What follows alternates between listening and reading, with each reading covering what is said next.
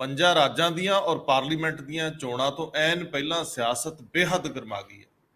ਅੱਜ ਸਵੇਰੇ ਆਮ ਆਦਮੀ ਪਾਰਟੀ ਦੇ ਵੱਡੇ ਆਗੂ ਰਾਜ ਸਭਾ ਮੈਂਬਰ ਸੰਜੇ ਸਿੰਘ ਦੇ ਘਰ ਈਡੀ ਇਨਫੋਰਸਮੈਂਟ ਡਾਇਰੈਕਟੋਰੇਟ ਪੂਰੇ ਲਾਮ ਲਸ਼ਕਰ ਨਾਲ ਆਤੰਕਦੀ। ਅਜੇ ਤੱਕ ਇਹ ਖਬਰ ਅੱਗੇ ਵਧਾਏ ਜਾਣ ਤੱਕ ਉਹ ਰੇਡ ਚੱਲ ਰਹੀ ਹੈ, ਲੇਕਿਨ ਇਹਦੀ ਪਿੱਠ ਭੂਮੀ 'ਚ ਕੀ ਹੈ? ਦੋ ਵਿਅਕਤੀ ਜਿਹੜੇ ਐਕਸਾਈਜ਼ ਮਾਮਲੇ ਦੇ ਵਿੱਚ ਹੁਣੇ ਹੀ ਵਾਅਦਾ ਮਾਫ ਗਵਾਹ ਬਣੇ ਨੇ, ਕੀ ਇਹਦਾ ਸੰਬੰਧ ਉਹਦੇ ਨਾਲ ਆ? ਕੀ ਸੰਜੇ ਸਿੰਘ ਤੋਂ ਅਗਲਾ ਨਿਸ਼ਾਨਾ ਇੱਕ ਹੋਰ ਰਾਜ ਸਭਾ ਮੈਂਬਰ ਹੋਣਗੇ? ਕੀ ਇਸ ਤੋਂ ਵੀ ਅੱਗੇ ਪੰਜਾਬ ਵਿੱਚ ਵੀ ਇਹਦੀ ਧਮਕ ਪਊਗੀ?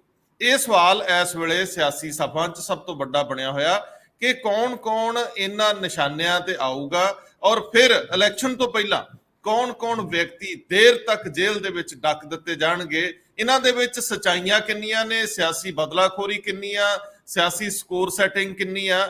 ਸੋ ਇਹ ਸਾਰੇ ਸਵਾਲ ਨੂੰ ਆਪਾਂ ਅੱਗੇ ਵਧਾਉਂਦੇ ਆ, ਲੇਕਿਨ ਇਸ ਵੇਲੇ ਸਭ ਤੋਂ ਗਰਮ ਖਬਰ ਜਿਹੜੀ ਇਹੀ ਹੈ ਕਿ ਆਮ ਆਦਮੀ ਪਾਰਟੀ ਦੇ ਫਾਇਰ ਬ੍ਰਾਂਡ ਆਗੂ ਜਿਹੜੇ ਬਹੁਤ ਬੋਲਦੇ ਨੇ ਪਾਰਲੀਮੈਂਟ ਦੇ ਵਿੱਚ, ਵੱਖ-ਵੱਖ ਥਾਵਾਂ ਤੇ ਸਿੱਧੇ ਨਰਿੰਦਰ ਮੋਦੀ ਨੂੰ ਘੇਰਦੇ ਨੇ, ਉਹਨਾਂ ਦੇ ਖਿਲਾਫ ਡਿਗਰੀ ਮਾਮਲੇ ਦੇ ਵਿੱਚ ਵੀ ਕੇਸ ਚੱਲ ਰਹੇ ਨੇ।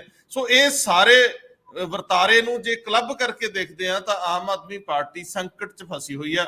ਉਹਦੇ ਪਹਿਲਾਂ ਹੀ ਵੱਡੇ ਆਗੂ ਅੰਦਰ ਦਿੱਤੇ ਹੋਇਆ ਕਿ ਇਹਦਾ ਸਿੱਧਾ ਸੰਬੰਧ ਅਰਵਿੰਦ ਕੇਜਰੀਵਾਲ ਸਾਹਿਬ ਦੀ ਅਗਲੀ ਵਾਰੀ ਤੱਕ ਇਹ ਵੀ ਅਸੀਂ ਦੇਖਦੇ ਹਾਂ। ਦੂਜਾ ਸਵਾਲ ਵੀ ਕਾਫੀ ਅਹਿਮ ਆ। ਪੰਜਾਬ ਦੇ ਵਿੱਚ ਐਡਵੋਕੇਟ ਜਨਰਲ ਨੂੰ ਲੈ ਕੇ ਪਿਛਲੇ ਕਈ ਦਿਨਾਂ ਤੋਂ ਚਰਚਾ ਸੀਗੀ ਕਿ ਉਹਨਾਂ ਨੂੰ ਕਿਸੇ ਵੇਲੇ ਵੀ ਹਟਾਇਆ ਜਾ ਸਕਦਾ, ਸਿਧਾਂਤਕ ਫੈਸਲਾ ਹੋ ਗਿਆ। ਹੁਣ ਲਾਇਆ ਕਿਹਨੂੰ ਜਾਵੇ, ਇਹ ਸਭ ਤੋਂ ਵੱਡਾ ਸਵਾਲ ਸੀ, ਕਿਉਂਕਿ ਪਿਛਲੇ ਥੋੜੇ ਅਰਸੇ ਵਿੱਚ ਪੰਜਾਬ ਦੇ ਬਹੁਤ ਸਾਰੇ ਐਡਵੋਕੇਟ ਜਨਰਲ ਬਦਲ ਦਿੱਤੇ ਗਏ, ਲਾਏ ਜਾਂਦੇ ਆ ਤੇ ਲਾਏ ਜਾਂਦੇ, ਇੱਕ ਪ੍ਰਕਿਰਿਆ ਹੋਰ ਕੁਝ ਨਹੀਂ। ਸੋ ਸਭ ਤੋਂ ਵੱਡਾ ਸਵਾਲ ਸੀ ਕਿ ਲਾਇਆ ਕਿਹਨੂੰ ਜਾਵੇ। ਸੋ ਜਿਹੜਾ ਕਰੀਬੀ ਮੁਕਾਬਲਾ ਚੱਲ ਰਿਹਾ ਔਰ ਸੱਤਾ ਦੇ ਗਲਿਆਰਿਆਂ ਦੇ ਵਿੱਚ ਉੱਪਰਲੇ ਘਰ ਦੇ ਵਿੱਚ ਜਿਹੜੀ ਚਰਚਾ ਦੋ ਨਾਵਾਂ ਤੇ ਆ ਕੇ ਟਿਕੀ ਹੋਈ ਆ, ਇੱਕ ਦਾ ਨਾਮ ਹੈ ਅਕਸ਼ੇ ਭਾਨ ਤੇ ਦੂਜਾ ਗੁਰਵਿੰਦਰ ਸਿੰਘ ਗਹਿਰੀ।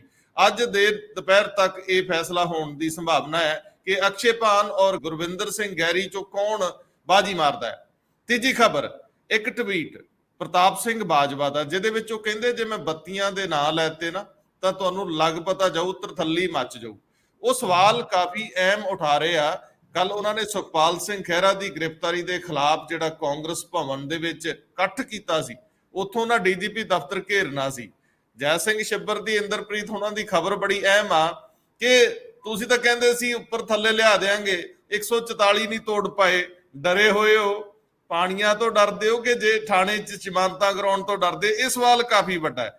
ਗੁਰਮੀਤ ਸਿੰਘ ਚੌਹਾਨ ਐਸਐਸਪੀ, ਸਾਬਕਾ ਐਸਐਸਪੀ ਤਰਨਤਾਰਨ, ਕਾਫੀ ਵੱਡਾ ਨਾਂ ਹੋ ਗਿਆ। ਪੋਲੀਟੀਸ਼ੀਅਨ ਨਾਲ ਪੰਗਾ ਲੈਣਾ ਬਹੁਤ ਔਖਾ ਹੁੰਦਾ ਪੁਲਿਸ ਅਫਸਰ ਲਈ। ਸੋ ਇਸ ਵੇਲੇ ਜਿਹੜੀ ਸਭ ਤੋਂ ਵੱਡੀ ਖਬਰ ਸੀਗੀ ਕੱਲ ਸ਼ਾਮ ਤੋਂ ਲੰਘ ਰਹੀ ਕਿ ਗੁਰਮੀਤ ਸਿੰਘ ਚੌਹਾਨ ਤੇ ਕੁਝ ਹੋਰ ਅਧਿਕਾਰੀਆਂ ਨੂੰ ਤਲਬ ਕੀਤਾ ਗਿਆ ਮਰਿਆਦਾ ਕਮੇਟੀ ਵੱਲੋਂ। ਇੱਕ ਹੋਰ ਐਮਐਲਏ ਨੇ ਵੀ ਕਿਹਾ ਸੀ ਕਿ ਮਾਮਲਾ ਇੱਜ਼ਤ ਦਾ ਹੈ, ਮੇਰੀ ਬਹੁਤੀ ਜ਼ਿਆਦਾ ਸੁਣਵਾਈ ਨਹੀਂ ਹੋਈ। ਕੈਨੇਡਾ ਦੇ ਮਾਮਲੇ 'ਚ ਭਾਰਤ ਦੇ ਸਖਤ ਰੁਖ ਤੋਂ ਬਾਅਦ ਕੈਨੇਡਾ ਦਾ ਰੁਖ ਬਦਲਿਆ ਲੱਗ ਰਿਹਾ ਔਰ ਨੈਸ਼ਨਲ ਪੋਲਿਟਿਕਸ ਵਿੱਚ ਤੇਜ਼ੀ ਨਾਲ ਘਟਨਾਵਾਂ ਵਾਪਰ ਰਹੀਆਂ ਨੇ। ਸਭ ਤੋਂ ਪਹਿਲਾਂ ਮੈਨੂੰ ਦੱਸਿਓ ਜਰਾ ਭਾਸਕਰ ਸਾਹਿਬ, ਬੜੀ ਦੇਰ ਤੋਂ ਐਕਸਾਈਜ਼ ਮਾਮਲਾ ਸੁਰਖੀਆਂ ਬਟੋਰਦਾ ਹੈ। ਪਿਛਲੇ ਦਿਨਾਂ 'ਚ ਪੰਜਾਬ ਐਕਸਾਈਜ਼ ਨਾਲ ਜੁੜੇ ਛੋਟੇ ਪੱਧਰ ਦੇ ਅਧਿਕਾਰੀ ਵੀ ਤਲਬ ਕੀਤੇ ਸੀ, ਸੰਮਨ ਕੀਤੇ ਗਏ ਸੀ, ਲੇਕਿਨ ਉਸ ਤੋਂ ਬਾਅਦ ਕੋਈ ਦੱਸ ਤੋਖ ਨਿਕਲੀ ਨਹੀਂ। ਹੁਣ ਇੱਕ ਜਿਹੜੀ ਰਿਪੋਰਟ ਛਾਇਆ ਹੋ ਰਹੀ ਸੀਗੀ ਕਿ ਦੋ ਵਿਅਕਤੀ ਵਾਅਦਾ ਮਾਫ ਗਵਾਹ ਬਣੇ ਨੇ। ਦਿਨੇਸ਼ ਅਰੋੜਾ ਦਾ ਪਹਿਲਾਂ ਜ਼ਿਕਰ ਹੁੰਦਾ ਰਿਹਾ ਸੀਬੀਆਈ ਦੇ ਮਾਮਲੇ 'ਚ, ਹੁਣ ਈਡੀ ਦੇ ਮਾਮਲੇ 'ਚ। ਇਹ ਕੱਲ ਹੀ ਸਾਰੇ ਵਰਤਾਰੇ ਵਾਪਰਦੇ ਆ ਤੇ ਅੱਜ ਸਾਜਰੇ ਅਰਲੀ ਮਾਰਨਿੰਗ ਅੱਜ ਸੰਜੇ ਸਿੰਘ ਦੀ ਵਾਰੀ ਆ ਜਾਂਦੀ ਆ। ਸੰਜੇ ਸਿੰਘ ਦੇ ਘਰ ਦੇ ਬਾਹਰ ਜਮਾਵੜਾ ਹੈ ਔਰ ਬਹੁਤ ਸਾਰੇ ਜਿਹੜੇ ਅਧਿਕਾਰੀਆਂ ਦੇ ਨਾਲ ਉੱਥੇ ਟੀਮ ਈਡੀ ਦੀ ਪਹੁੰਚਦੀ ਆ। ਮੈਂ ਇਸ ਸਿਆਸਤ ਨੂੰ ਕਿਸ ਕਿਸ ਕੋਣ ਤੋਂ ਦੇਖਾਂ, ਮੈਨੂੰ ਸਮਝਾਓ ਜ਼ਰਾ। ਜਿਸ ਤਰ੍ਹਾਂ 2024 ਦੀ ਲੋਕ ਸਭਾ ਇਲੈਕਸ਼ਨ ਨੇੜੇ ਆ ਰਹੀ ਹੈ ਔਰ 5 ਸੂਬਿਆਂ ਦੇ ਵਿੱਚ ਇਲੈਕਸ਼ਨ ਅਨਾਉਂਸ ਕਦੀ ਵੀ ਹੋ ਸਕਦੇ ਨੇ, ਈਡੀ ਦੀ ਵੀ ਐਕਟੀਵਿਟੀ ਵੱਧ ਰਹੀ ਹੈ। ਔਰ ਅੱਜ ਸਵੇਰੇ ਤੜਕੇ ਸੰਜੇ ਸਿੰਘ ਰਾਜ ਸਭਾ ਮੈਂਬਰ ਆਮ ਆਦਮੀ ਪਾਰਟੀ ਦੇ, ਉਹਨਾਂ ਦੇ ਘਰ ਈਡੀ ਦੀ ਰੇਡ ਔਰ ਈਡੀ ਦੀ ਆਪਣੇ ਲਾਭ ਲਸ਼ਕਰ ਦੇ ਨਾਲ ਉੱਥੇ ਪਹੁੰਚਣ ਤੋਂ ਬਾਅਦ ਰੇਡ ਹਜੇ ਤੱਕ, ਜਿਸ ਤਰ੍ਹਾਂ ਤੁਸੀਂ ਪਹਿਲੇ ਕਹਿ ਚੁੱਕੇ ਹੋ ਕਿ ਜਾਰੀ ਹੈ। ਇਹ ਆਪਣੇ ਆਪ ਵਿੱਚ ਇੰਡੀਕੇਟ ਕਰਦਾ ਹੈ ਕਿ ਕੱਲ ਜਿਹੜੀ ਦਿੱਲੀ ਦੇ ਕੋਰਟ ਦੇ ਵਿੱਚ ਇੱਕ ਐਕਟੀਵਿਟੀ ਹੋਈ ਹੈ ਜਿਹਦੇ ਵਿੱਚ ਦੋ ਪਹਿਲੇ ਉਹ ਹੁੰਦੇ ਸੀਗੇ ਐਕਿਊਜ਼ ਔਰ ਉਹਨਾਂ ਦਾ ਨਾਂ ਹੈਗਾ, ਤੁਹਾਨੂੰ ਯਾਦ ਹੋਏਗਾ, ਸਾਊਥ ਲੌਬੀ ਦਾ ਜ਼ਿਕਰ ਦਿੱਲੀ ਦੀ ਐਕਸਾਈਜ਼ ਪਾਲਿਸੀ ਦੇ ਵਿੱਚ ਅਕਸਰ ਹੁੰਦਾ ਹੈ। ਔਰ ਉਸ ਸਾਊਥ ਲੌਬੀ ਦੇ ਵਿੱਚੋਂ ਹੀ ਰਾਘਵ ਮਗੁੰਡਾ, ਇਹ ਹੈਗੇ ਨੇ ਵਾਈਐਸਆਰ ਕਾਂਗਰਸ ਦੇ ਮਿਨਿਸਟਰ ਦੇ ਜਿਹੜੇ ਉੱਥੇ ਦੇ ਮਿਨਿਸਟਰ ਨੇ ਉਹਨਾਂ ਦੇ ਪੁੱਤਰ, ਉਹਨਾਂ ਨੂੰ ਸਰਕਾਰੀ ਗਵਾਹ ਬਣਾਇਆ ਗਿਆ। ਔਰ ਦਿਨੇਸ਼ ਅਰੋੜਾ ਜਿਹੜੇ ਪਹਿਲੇ ਹੀ ਸੀਬੀਆਈ ਦੇ ਕੇਸ ਦੇ ਵਿੱਚ ਸਰਕਾਰੀ ਗਵਾਹ ਬਣ ਚੁੱਕੇ ਸੀ, ਉਹ ਹੁਣ ਈਡੀ ਦੇ ਮਨੀ ਲਾਂਡਰਿੰਗ ਕੇਸ ਦੇ ਵਿੱਚ ਵੀ ਸਰਕਾਰੀ ਗਵਾਹ ਬਣ ਰਹੇ ਨੇ। ਕੱਲ ਕੋਰਟ ਨੇ ਇਸ ਗੱਲ ਦੀ ਇਜਾਜ਼ਤ ਦੇ ਦਿੱਤੀ। ਹਜੇ ਤੱਕ ਕੇਸ ਦੇ ਵਿੱਚ ਉਹਨਾਂ ਨੂੰ ਬਤੌਰ ਅਕਿਊਜ਼ਡ ਨਾਮਜ਼ਦ ਕੀਤਾ ਗਿਆ ਸੀ, ਹੁਣ ਉਹ ਵਿਟਨੈਸ ਹੋ ਗਏ ਨੇ। ਹੁਣ ਇਹ ਦੋਨੋਂ ਬਤੌਰ ਵਿਟਨੈਸ ਇਸ ਈਡੀ ਦੇ ਕੇਸ ਦੇ ਵਿੱਚ ਪੇਸ਼ ਹੋਣਗੇ। ਔਰ ਇਹ ਡਿਵੈਲਪਮੈਂਟ ਕੱਲ ਹੁੰਦੀ ਹੈ ਔਰ ਉਸ ਤੋਂ ਬਾਅਦ ਅੱਜ ਸਵੇਰੇ ਸੰਜੇ ਸਿੰਘ ਉਹਨਾਂ ਦੇ ਘਰ ਰੇਡ। ਇਹ ਆਪਣੇ ਆਪ ਵਿੱਚ ਦੋਨੋਂ ਗੱਲਾਂ ਨੂੰ ਲਿੰਕ ਕਰੋ ਤੇ ਜਿਹੜੀ ਸਰਕਾਰੀ ਗਵਾਹ ਬਣਨ ਦੀ ਗੱਲ ਚੱਲ ਰਹੀ ਹੈ ਉਹ ਆਲਰੇਡੀ ਹੋ ਚੁੱਕੀ ਹੈ। ਉਹਨਾਂ ਦੀ ਸਟੇਟਮੈਂਟ ਦੇ ਬੇਸ ਤੇ ਹੀ ਅੱਜ ਸੰਜੇ ਸਿੰਘ ਉਹਨਾਂ ਦੇ ਘਰ ਰੇਡ ਮਾਰੀ ਗਈ ਹੈ। ਇਸ ਤਰ੍ਹਾਂ ਦਾ ਲੱਗਦਾ ਹੈ ਕਿ ਡਾਟ ਤੋਂ ਡਾਟ ਜੋੜੋ ਤੇ ਇਹ ਗੱਲ ਸਾਹਮਣੇ ਆਉਂਦੀ ਹੈ। ਹੁਣ ਅੱਗੇ ਚੱਲ ਕੇ ਕੀ? ਹੁਣ ਮਨੀਸ਼ ਸਿਸੋਦੀਆ ਉਹਨਾਂ ਦੀ ਬੇਲ ਦੀ ਐਪਲੀਕੇਸ਼ਨ ਆਲਰੇਡੀ ਪੈਂਡਿੰਗ ਹੈਗੀ ਹੈ ਕੋਰਟਾਂ ਦੇ ਵਿੱਚ। ਉਸ ਕੋਰਟਾਂ ਦੇ ਵਿੱਚ ਡੇਟ ਦੇ ਉੱਤੇ ਜਾਂ ਬੇਲ ਦੇ ਉੱਤੇ ਕੋਈ ਫੈਸਲਾ ਹੋਣ ਤੋਂ ਪਹਿਲੇ ਦੋ ਮੇਨ ਐਕਿਊਜ਼ ਦਾ ਸਰਕਾਰੀ ਗਵਾਹ ਬਣਨਾ, ਉਹ ਆਪਣੇ ਆਪ ਵਿੱਚ ਇਸ ਗੱਲ ਨੂੰ ਇੰਡੀਕੇਟ ਕਰਦਾ ਹੈ ਕਿ ਆਉਣ ਵਾਲੇ ਟਾਈਮ ਵਿੱਚ ਮੁਸੀਬਤਾਂ ਵੱਧ ਸਕਦੀਆਂ। ਔਰ ਜਿੱਥੇ ਤੱਕ ਗੱਲ ਦਿਨੇਸ਼ ਅਰੋੜਾ ਦੀ ਗੱਲ ਕਰੀਏ ਔਰ ਉਹਦੇ ਪੰਜਾਬ ਕਨੈਕਸ਼ਨ ਦੀ ਗੱਲ ਕਰੀਏ, ਤੁਹਾਨੂੰ ਯਾਦ ਹੋਏਗਾ ਈਡੀ ਦੀ ਸੈਕਿੰਡ ਜਿਹੜੀ ਸਪਲੀਮੈਂਟਰੀ ਚਲਾਨ ਸੀਗਾ, ਉਹਦੇ ਵਿੱਚ ਵੀ ਇਸ ਗੱਲ ਦਾ ਜ਼ਿਕਰ ਸੀਗਾ ਕਿ ਇੱਕ ਜਿਹੜੀ ਡਿਸਟਿਲਰੀ, ਦੋ ਡਿਸਟਿਲਰੀ ਨੂੰ ਪੰਜਾਬ ਦੇ ਵਿੱਚ ਮੌਖਿਕ ਤੌਰ ਤੇ ਯਾਨੀ ਓਰਲ ਗਰਾਊਂਡ ਦੇ ਉੱਤੇ ਜਦ ਬੰਦ ਕੀਤਾ ਗਿਆ ਸੀ ਔਰ ਬਾਅਦ ਚੋਂ ਉਸ ਡਿਸਟਿਲਰੀ ਦੇ ਮਾਲਿਕਾਂ ਨੂੰ ਕਿਹਾ ਗਿਆ ਸੀ ਕਿ ਦਿਨੇਸ਼ ਅਰੋੜਾ ਨੂੰ ਮਿਲੋ। ਔਰ ਦਿਨੇਸ਼ ਅਰੋੜਾ ਨੂੰ ਮਿਲਣ ਤੋਂ ਬਾਅਦ ਆਪਣੇ ਸਰੈਂਡਰ ਲਾਇਸੈਂਸ ਕਰਨ ਤੋਂ ਬਾਅਦ ਫਿਰ ਉਹਨਾਂ ਦੀ ਡਿਸਟਿਲਰੀ ਨੂੰ ਪੰਜਾਬ ਦੇ ਵਿੱਚ ਖੋਲ ਦਿੱਤਾ ਗਿਆ ਸੀ। ਇਹ ਤੇ ਹੈਗਾ ਪੰਜਾਬ ਕਨੈਕਸ਼ਨ। ਔਰ ਪਿਛਲੇ ਦਿਨਾਂ ਦੇ ਵਿੱਚ ਕੁਝ ਜਿਹੜੇ ਸਾਡੇ ਐਕਸਾਈਜ਼ ਡਿਪਾਰਟਮੈਂਟ ਦੇ ਅਫਸਰ ਉਹ ਦਿੱਲੀ ਬੁਲਾਏ ਗਏ ਸੀ, ਸਮਨ ਕੀਤੇ ਗਏ ਸੀ। ਇਹਦਾ ਵੀ ਕਨੈਕਸ਼ਨ ਇਸ ਤੋਂ ਹੈ ਕਿ ਨਹੀਂ ਹੈ ਤੇ ਆਉਣ ਵਾਲੇ ਟਾਈਮ ਵਿੱਚ ਪਤਾ ਲੱਗੇਗਾ, ਕਿਉਂਕਿ ਫਿਲਹਾਲ ਬਾਹਰ ਗੱਲ ਨਿਕਲ ਕੇ ਆਈ ਨਹੀਂ ਕਿ ਉਹਨਾਂ ਤੋਂ ਪੁੱਛਿਆ ਗਿੱਛਿਆ ਕੀ ਸੀ। ਪਰ ਹਾਂ, ਕੱਲ ਕੋਰਟ ਦੇ ਵਿੱਚ ਹੋਈ ਡਿਵੈਲਪਮੈਂਟ, ਅੱਜ ਸੰਜੇ ਸਿੰਘ ਉਹਨਾਂ ਦੇ ਘਰ ਰੇਡ, ਇਹ ਆਪਣੇ ਆਪ ਵਿੱਚ ਆਉਣ ਵਾਲੇ ਟਾਈਮ ਵਿੱਚ ਕੌਣ-ਕੌਣ ਨਿਸ਼ਾਨੇ ਤੇ ਹੋ ਸਕਦੇ ਆ ਉਹਦਾ ਤੁਸੀਂ ਇੱਕ ਤਰੀਕੇ ਨਾਲ ਅੰਦਾਜ਼ਾ ਲਾ ਸਕਦੇ ਹੋ ਕਿ ਦਿੱਲੀ ਸਰਕਾਰ ਦੀ ਔਰ ਦਿੱਲੀ ਦੇ ਵਿੱਚ ਆਮ ਆਦਮੀ ਪਾਰਟੀ ਦੀ ਮੁਸੀਬਤਾਂ ਅੱਗੇ ਚੱਲ ਕੇ ਵੱਧ ਸਕਦੀਆਂ, ਕਿਉਂਕਿ ਈਡੀ ਦੇ ਘੇਰੇ ਦੇ ਵਿੱਚ ਆਉਣ ਤੋਂ ਬਾਅਦ ਮਨੀਸ਼ ਸਿਸੋਦੀਆ ਉਹਨਾਂ 27 ਫਰਵਰੀ ਤੋਂ ਲਗਾਤਾਰ ਹਜੇ ਤੱਕ ਜੇਲ੍ਹ ਵਿੱਚ ਹੈਗੇ। ਇੰਦਰਪ੍ਰੀਤ ਜੀ, ਇਹ ਬੜੇ ਸੂਖਮ ਮਾਮਲੇ ਨੇ। ਸੂਖਮ ਮਾਮਲਿਆਂ ਤੋਂ ਮਤਲਬ ਹੈ ਕਿ ਰਾਜਨੀਤੀ ਖਤਮ ਹੋ ਕੇ ਰਹਿ ਜਾਂਦੀ ਆ। ਹੁਣ ਜਦੋਂ ਕਿਸੇ ਵੀ ਸਟੇਟ ਕੋਲ ਇਹ ਹੱਕ ਹਕੂਕ ਹੁੰਦੇ ਆ ਕਿ ਉਹ ਆਪਣੀ ਨੀਤੀ ਬਣਾ ਸਕੇ। ਵੈਸੇ ਤਾਂ ਦਿੱਲੀ ਹੁਣ ਸਟੇਟ ਦੇ ਨਾਂ ਤੇ ਮਹਿਜ ਇੱਕ ਰਸਮ ਹੀ ਹੈ। ਦਿੱਲੀ ਦੇ ਵਿੱਚ ਸਾਰੇ ਫੈਸਲਿਆਂ ਦਾ ਅਧਿਕਾਰ ਜਿਹੜਾ ਉਹ ਕਮੇਟੀ ਕੋਲ ਚਲੇ ਗਿਆ ਤੇ ਉਸ ਤੋਂ ਉੱਪਰ ਐਲਜੀ ਨੇ। ਕੇਜਰੀਵਾਲ ਮਹਿਜ ਬਾਕੀਆਂ ਵਾਂਗ ਇੱਕ ਸਲਾਹ ਦੇਣ ਵਾਲੇ ਮੁੱਖ ਮੰਤਰੀ ਵਜੋਂ ਮੈਂ ਵੇਖ ਰਿਹਾ ਜੋ ਸਿਚੁਏਸ਼ਨ ਬਣੀ ਹੈ। ਹਾਲਾਂਕਿ ਇਹਨੂੰ ਫਿਰ ਇੱਕ ਵਾਰੀ ਕੋਰਟ ਦੇ ਵਿੱਚ ਚੈਲੰਜ ਕੀਤਾ ਗਿਆ ਇਸ ਮਾਮਲੇ ਨੂੰ। ਮੈਂ ਫਿਰ ਸਮਝਣਾ ਚਾਹੁੰਦਾ ਤੁਹਾਡੇ ਤੋਂ ਕਿ ਦਿੱਲੀ ਦੇ ਵਿੱਚ ਪਾਰਲੀਮੈਂਟ ਦੀਆਂ 7 ਸੀਟਾਂ ਨੇ। ਦਿੱਲੀ ਪੰਜਾਬ ਤੋਂ ਵੱਖਰੀ ਨਹੀਂ ਹੈ, ਦੂਰ ਨਹੀਂ ਹੈ, ਇੱਥੇ 13 ਨੇ। ਉਹ ਇਹਦੇ ਜਿੰਨੀ ਹੀ ਇੰਪੋਰਟੈਂਟ ਹੈ ਪਾਰਲੀਮੈਂਟ ਦੇ ਵਿੱਚ, ਔਰ ਉੱਥੋਂ ਬੀਜੇਪੀ 7 ਜਿੱਤਦੀ ਰਹੀ ਹੈ ਪੂਰੀ ਦੀਆਂ ਪੂਰੀਆਂ। ਹੁਣ ਇਸ ਵੇਲੇ ਇਸ ਗੱਲ ਦਾ ਵੀ ਮਾਮਲਾ ਹੈ ਕਿ ਕੇਜਰੀਵਾਲ ਜਿਹੜੇ ਸਭ ਤੋਂ ਹਮਲਾਵਰ ਆਗੂ ਮੰਨੇ ਜਾਂਦੇ ਸੀਗੇ ਔਰ ਹੁਣ ਉਹਨਾਂ ਨੇ ਮੁਸ਼ਕਲ ਘੜੀ ਦੇ ਵਿੱਚ ਇੰਡੀਆ ਗੱਠਜੋੜ 'ਚ ਸ਼ਮੂਲੀਅਤ ਕਰ ਲਈ। ਪੰਜਾਬ ਦੇ ਵਿੱਚ ਇਹਨਾਂ ਦੇ ਰਫੜ ਅਜੇ ਉਦਾਂ ਹੀ ਨੇ।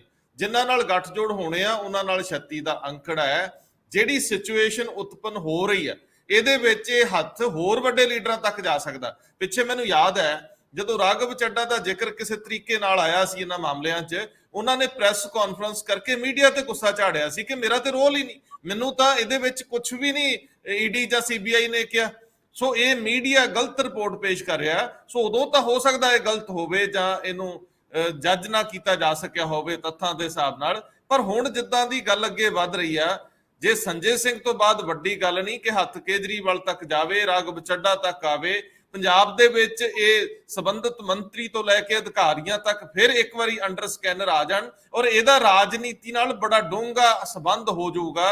ਇਹ ਚੀਜ਼ਾਂ ਸੌਖੀਆਂ ਖਹਿੜਾ ਨਹੀਂ ਛੁੱਟਦੀਆਂ, ਸਾਲਾਂ ਦੇ ਸਾਲ ਇਹ ਤੁਹਾਡੇ ਨਾਲ ਤੁਰਦੀਆਂ ਰਹਿੰਦੀਆਂ। ਬੰਦਾ ਈਜ਼ੀ ਪੋਲਿਟਿਕਸ ਨਹੀਂ ਕਰ ਪਾਉਂਦਾ। ਪੰਜਾਬ ਦੀ ਰਾਜਨੀਤੀ ਅਸਰਅੰਦਾਜ਼ ਹੋਣ ਵਾਲੀ ਹੈ ਕਿ ਨਹੀਂ, ਇਹ ਸਾਰੀਆਂ ਗੱਲਾਂ ਨੂੰ ਅੱਗੇ ਤੋਰਿਓ।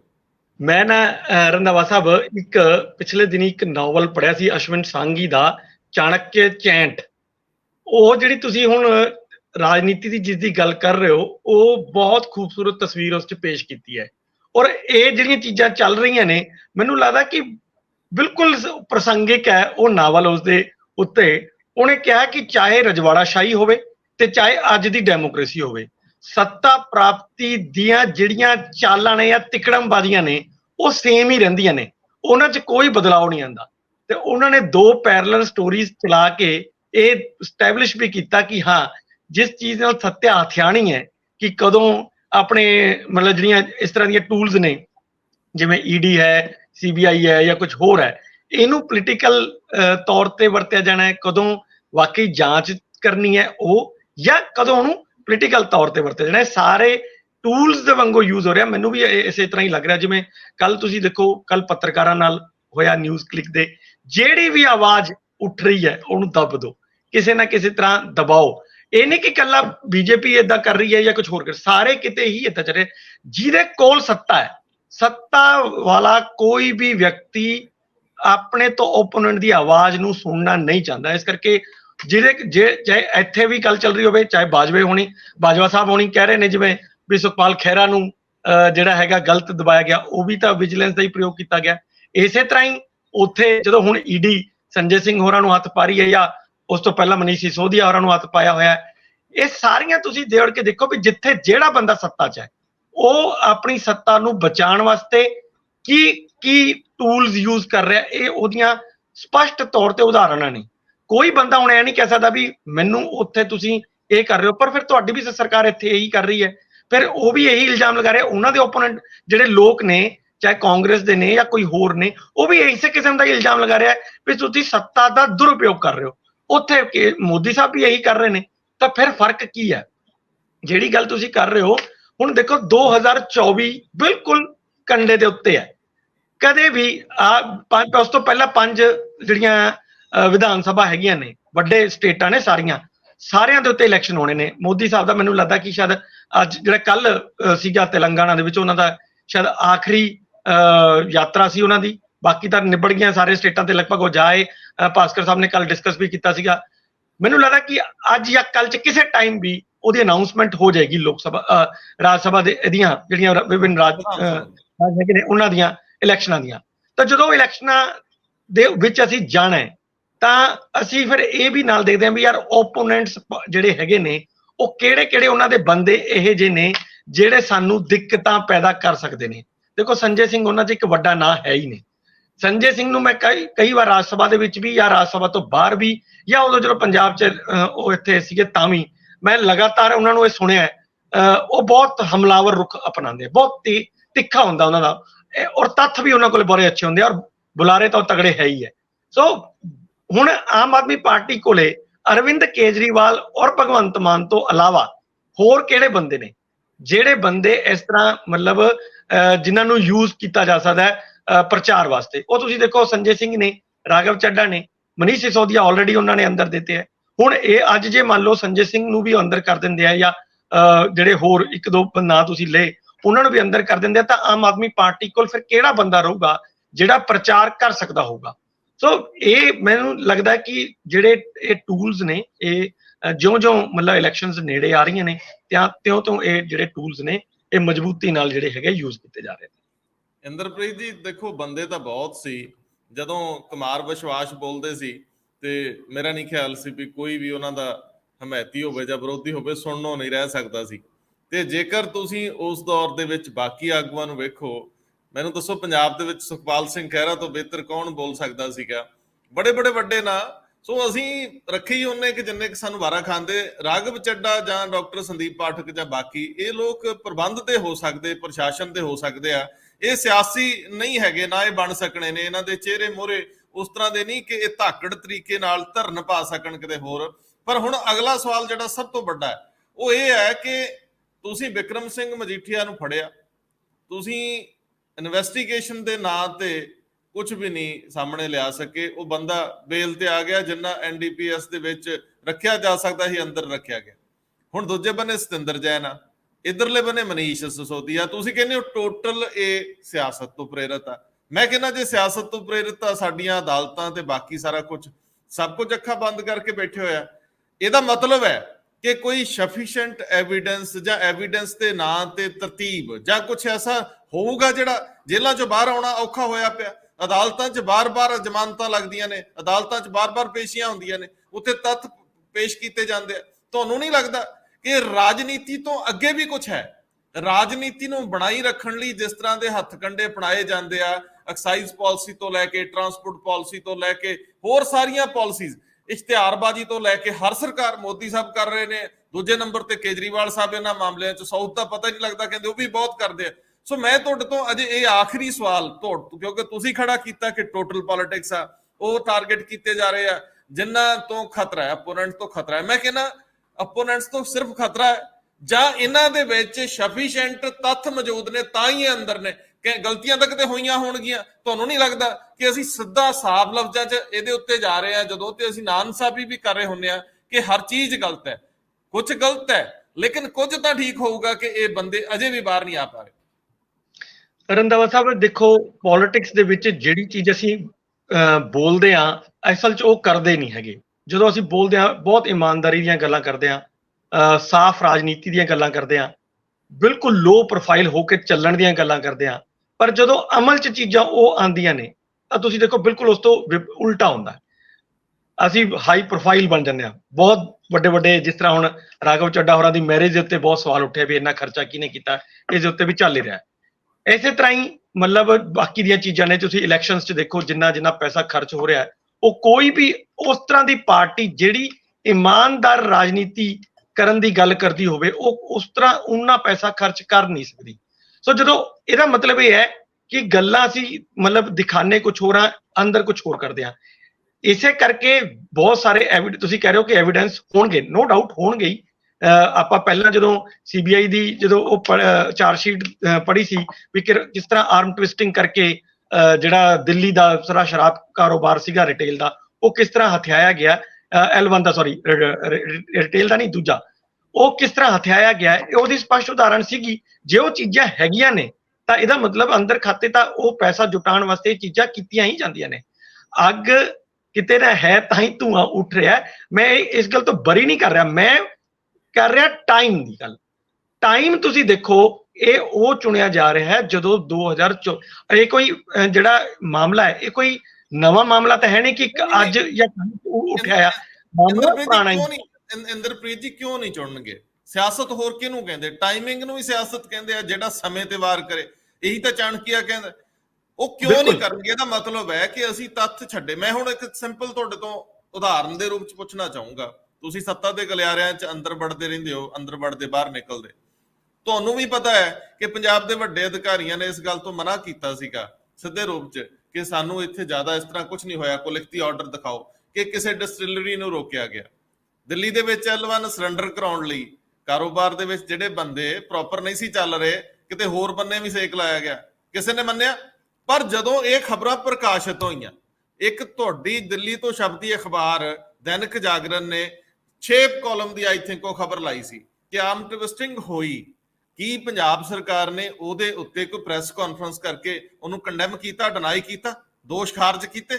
ਸਾਡੇ ਇੱਥੇ ਇੱਕ ਲੋਕਲ ਅਖਬਾਰ ਜਲੰਧਰ ਤੋਂ ਛਪਦੀ ਇਹੋ ਜਿਹੇ ਇਲਜ਼ਾਮ ਉਹਨੇ ਵੀ, ਉਸ ਤੋਂ ਪਹਿਲਾਂ ਅਸੀਂ ਦੈਨਿਕ ਜਾਗਰਣ ਦੇ ਬਿਹਾਫ ਤੇ ਗੱਲ ਕੀਤੀ ਸੀ ਕਿ ਗਵਰਨਮੈਂਟ ਇਹਦੇ ਉੱਤੇ ਸਫਾਈ ਦੇਵੇ, ਕਿਉਂ ਨਹੀਂ ਦਿੱਤੀ ਜਾਂਦੀ?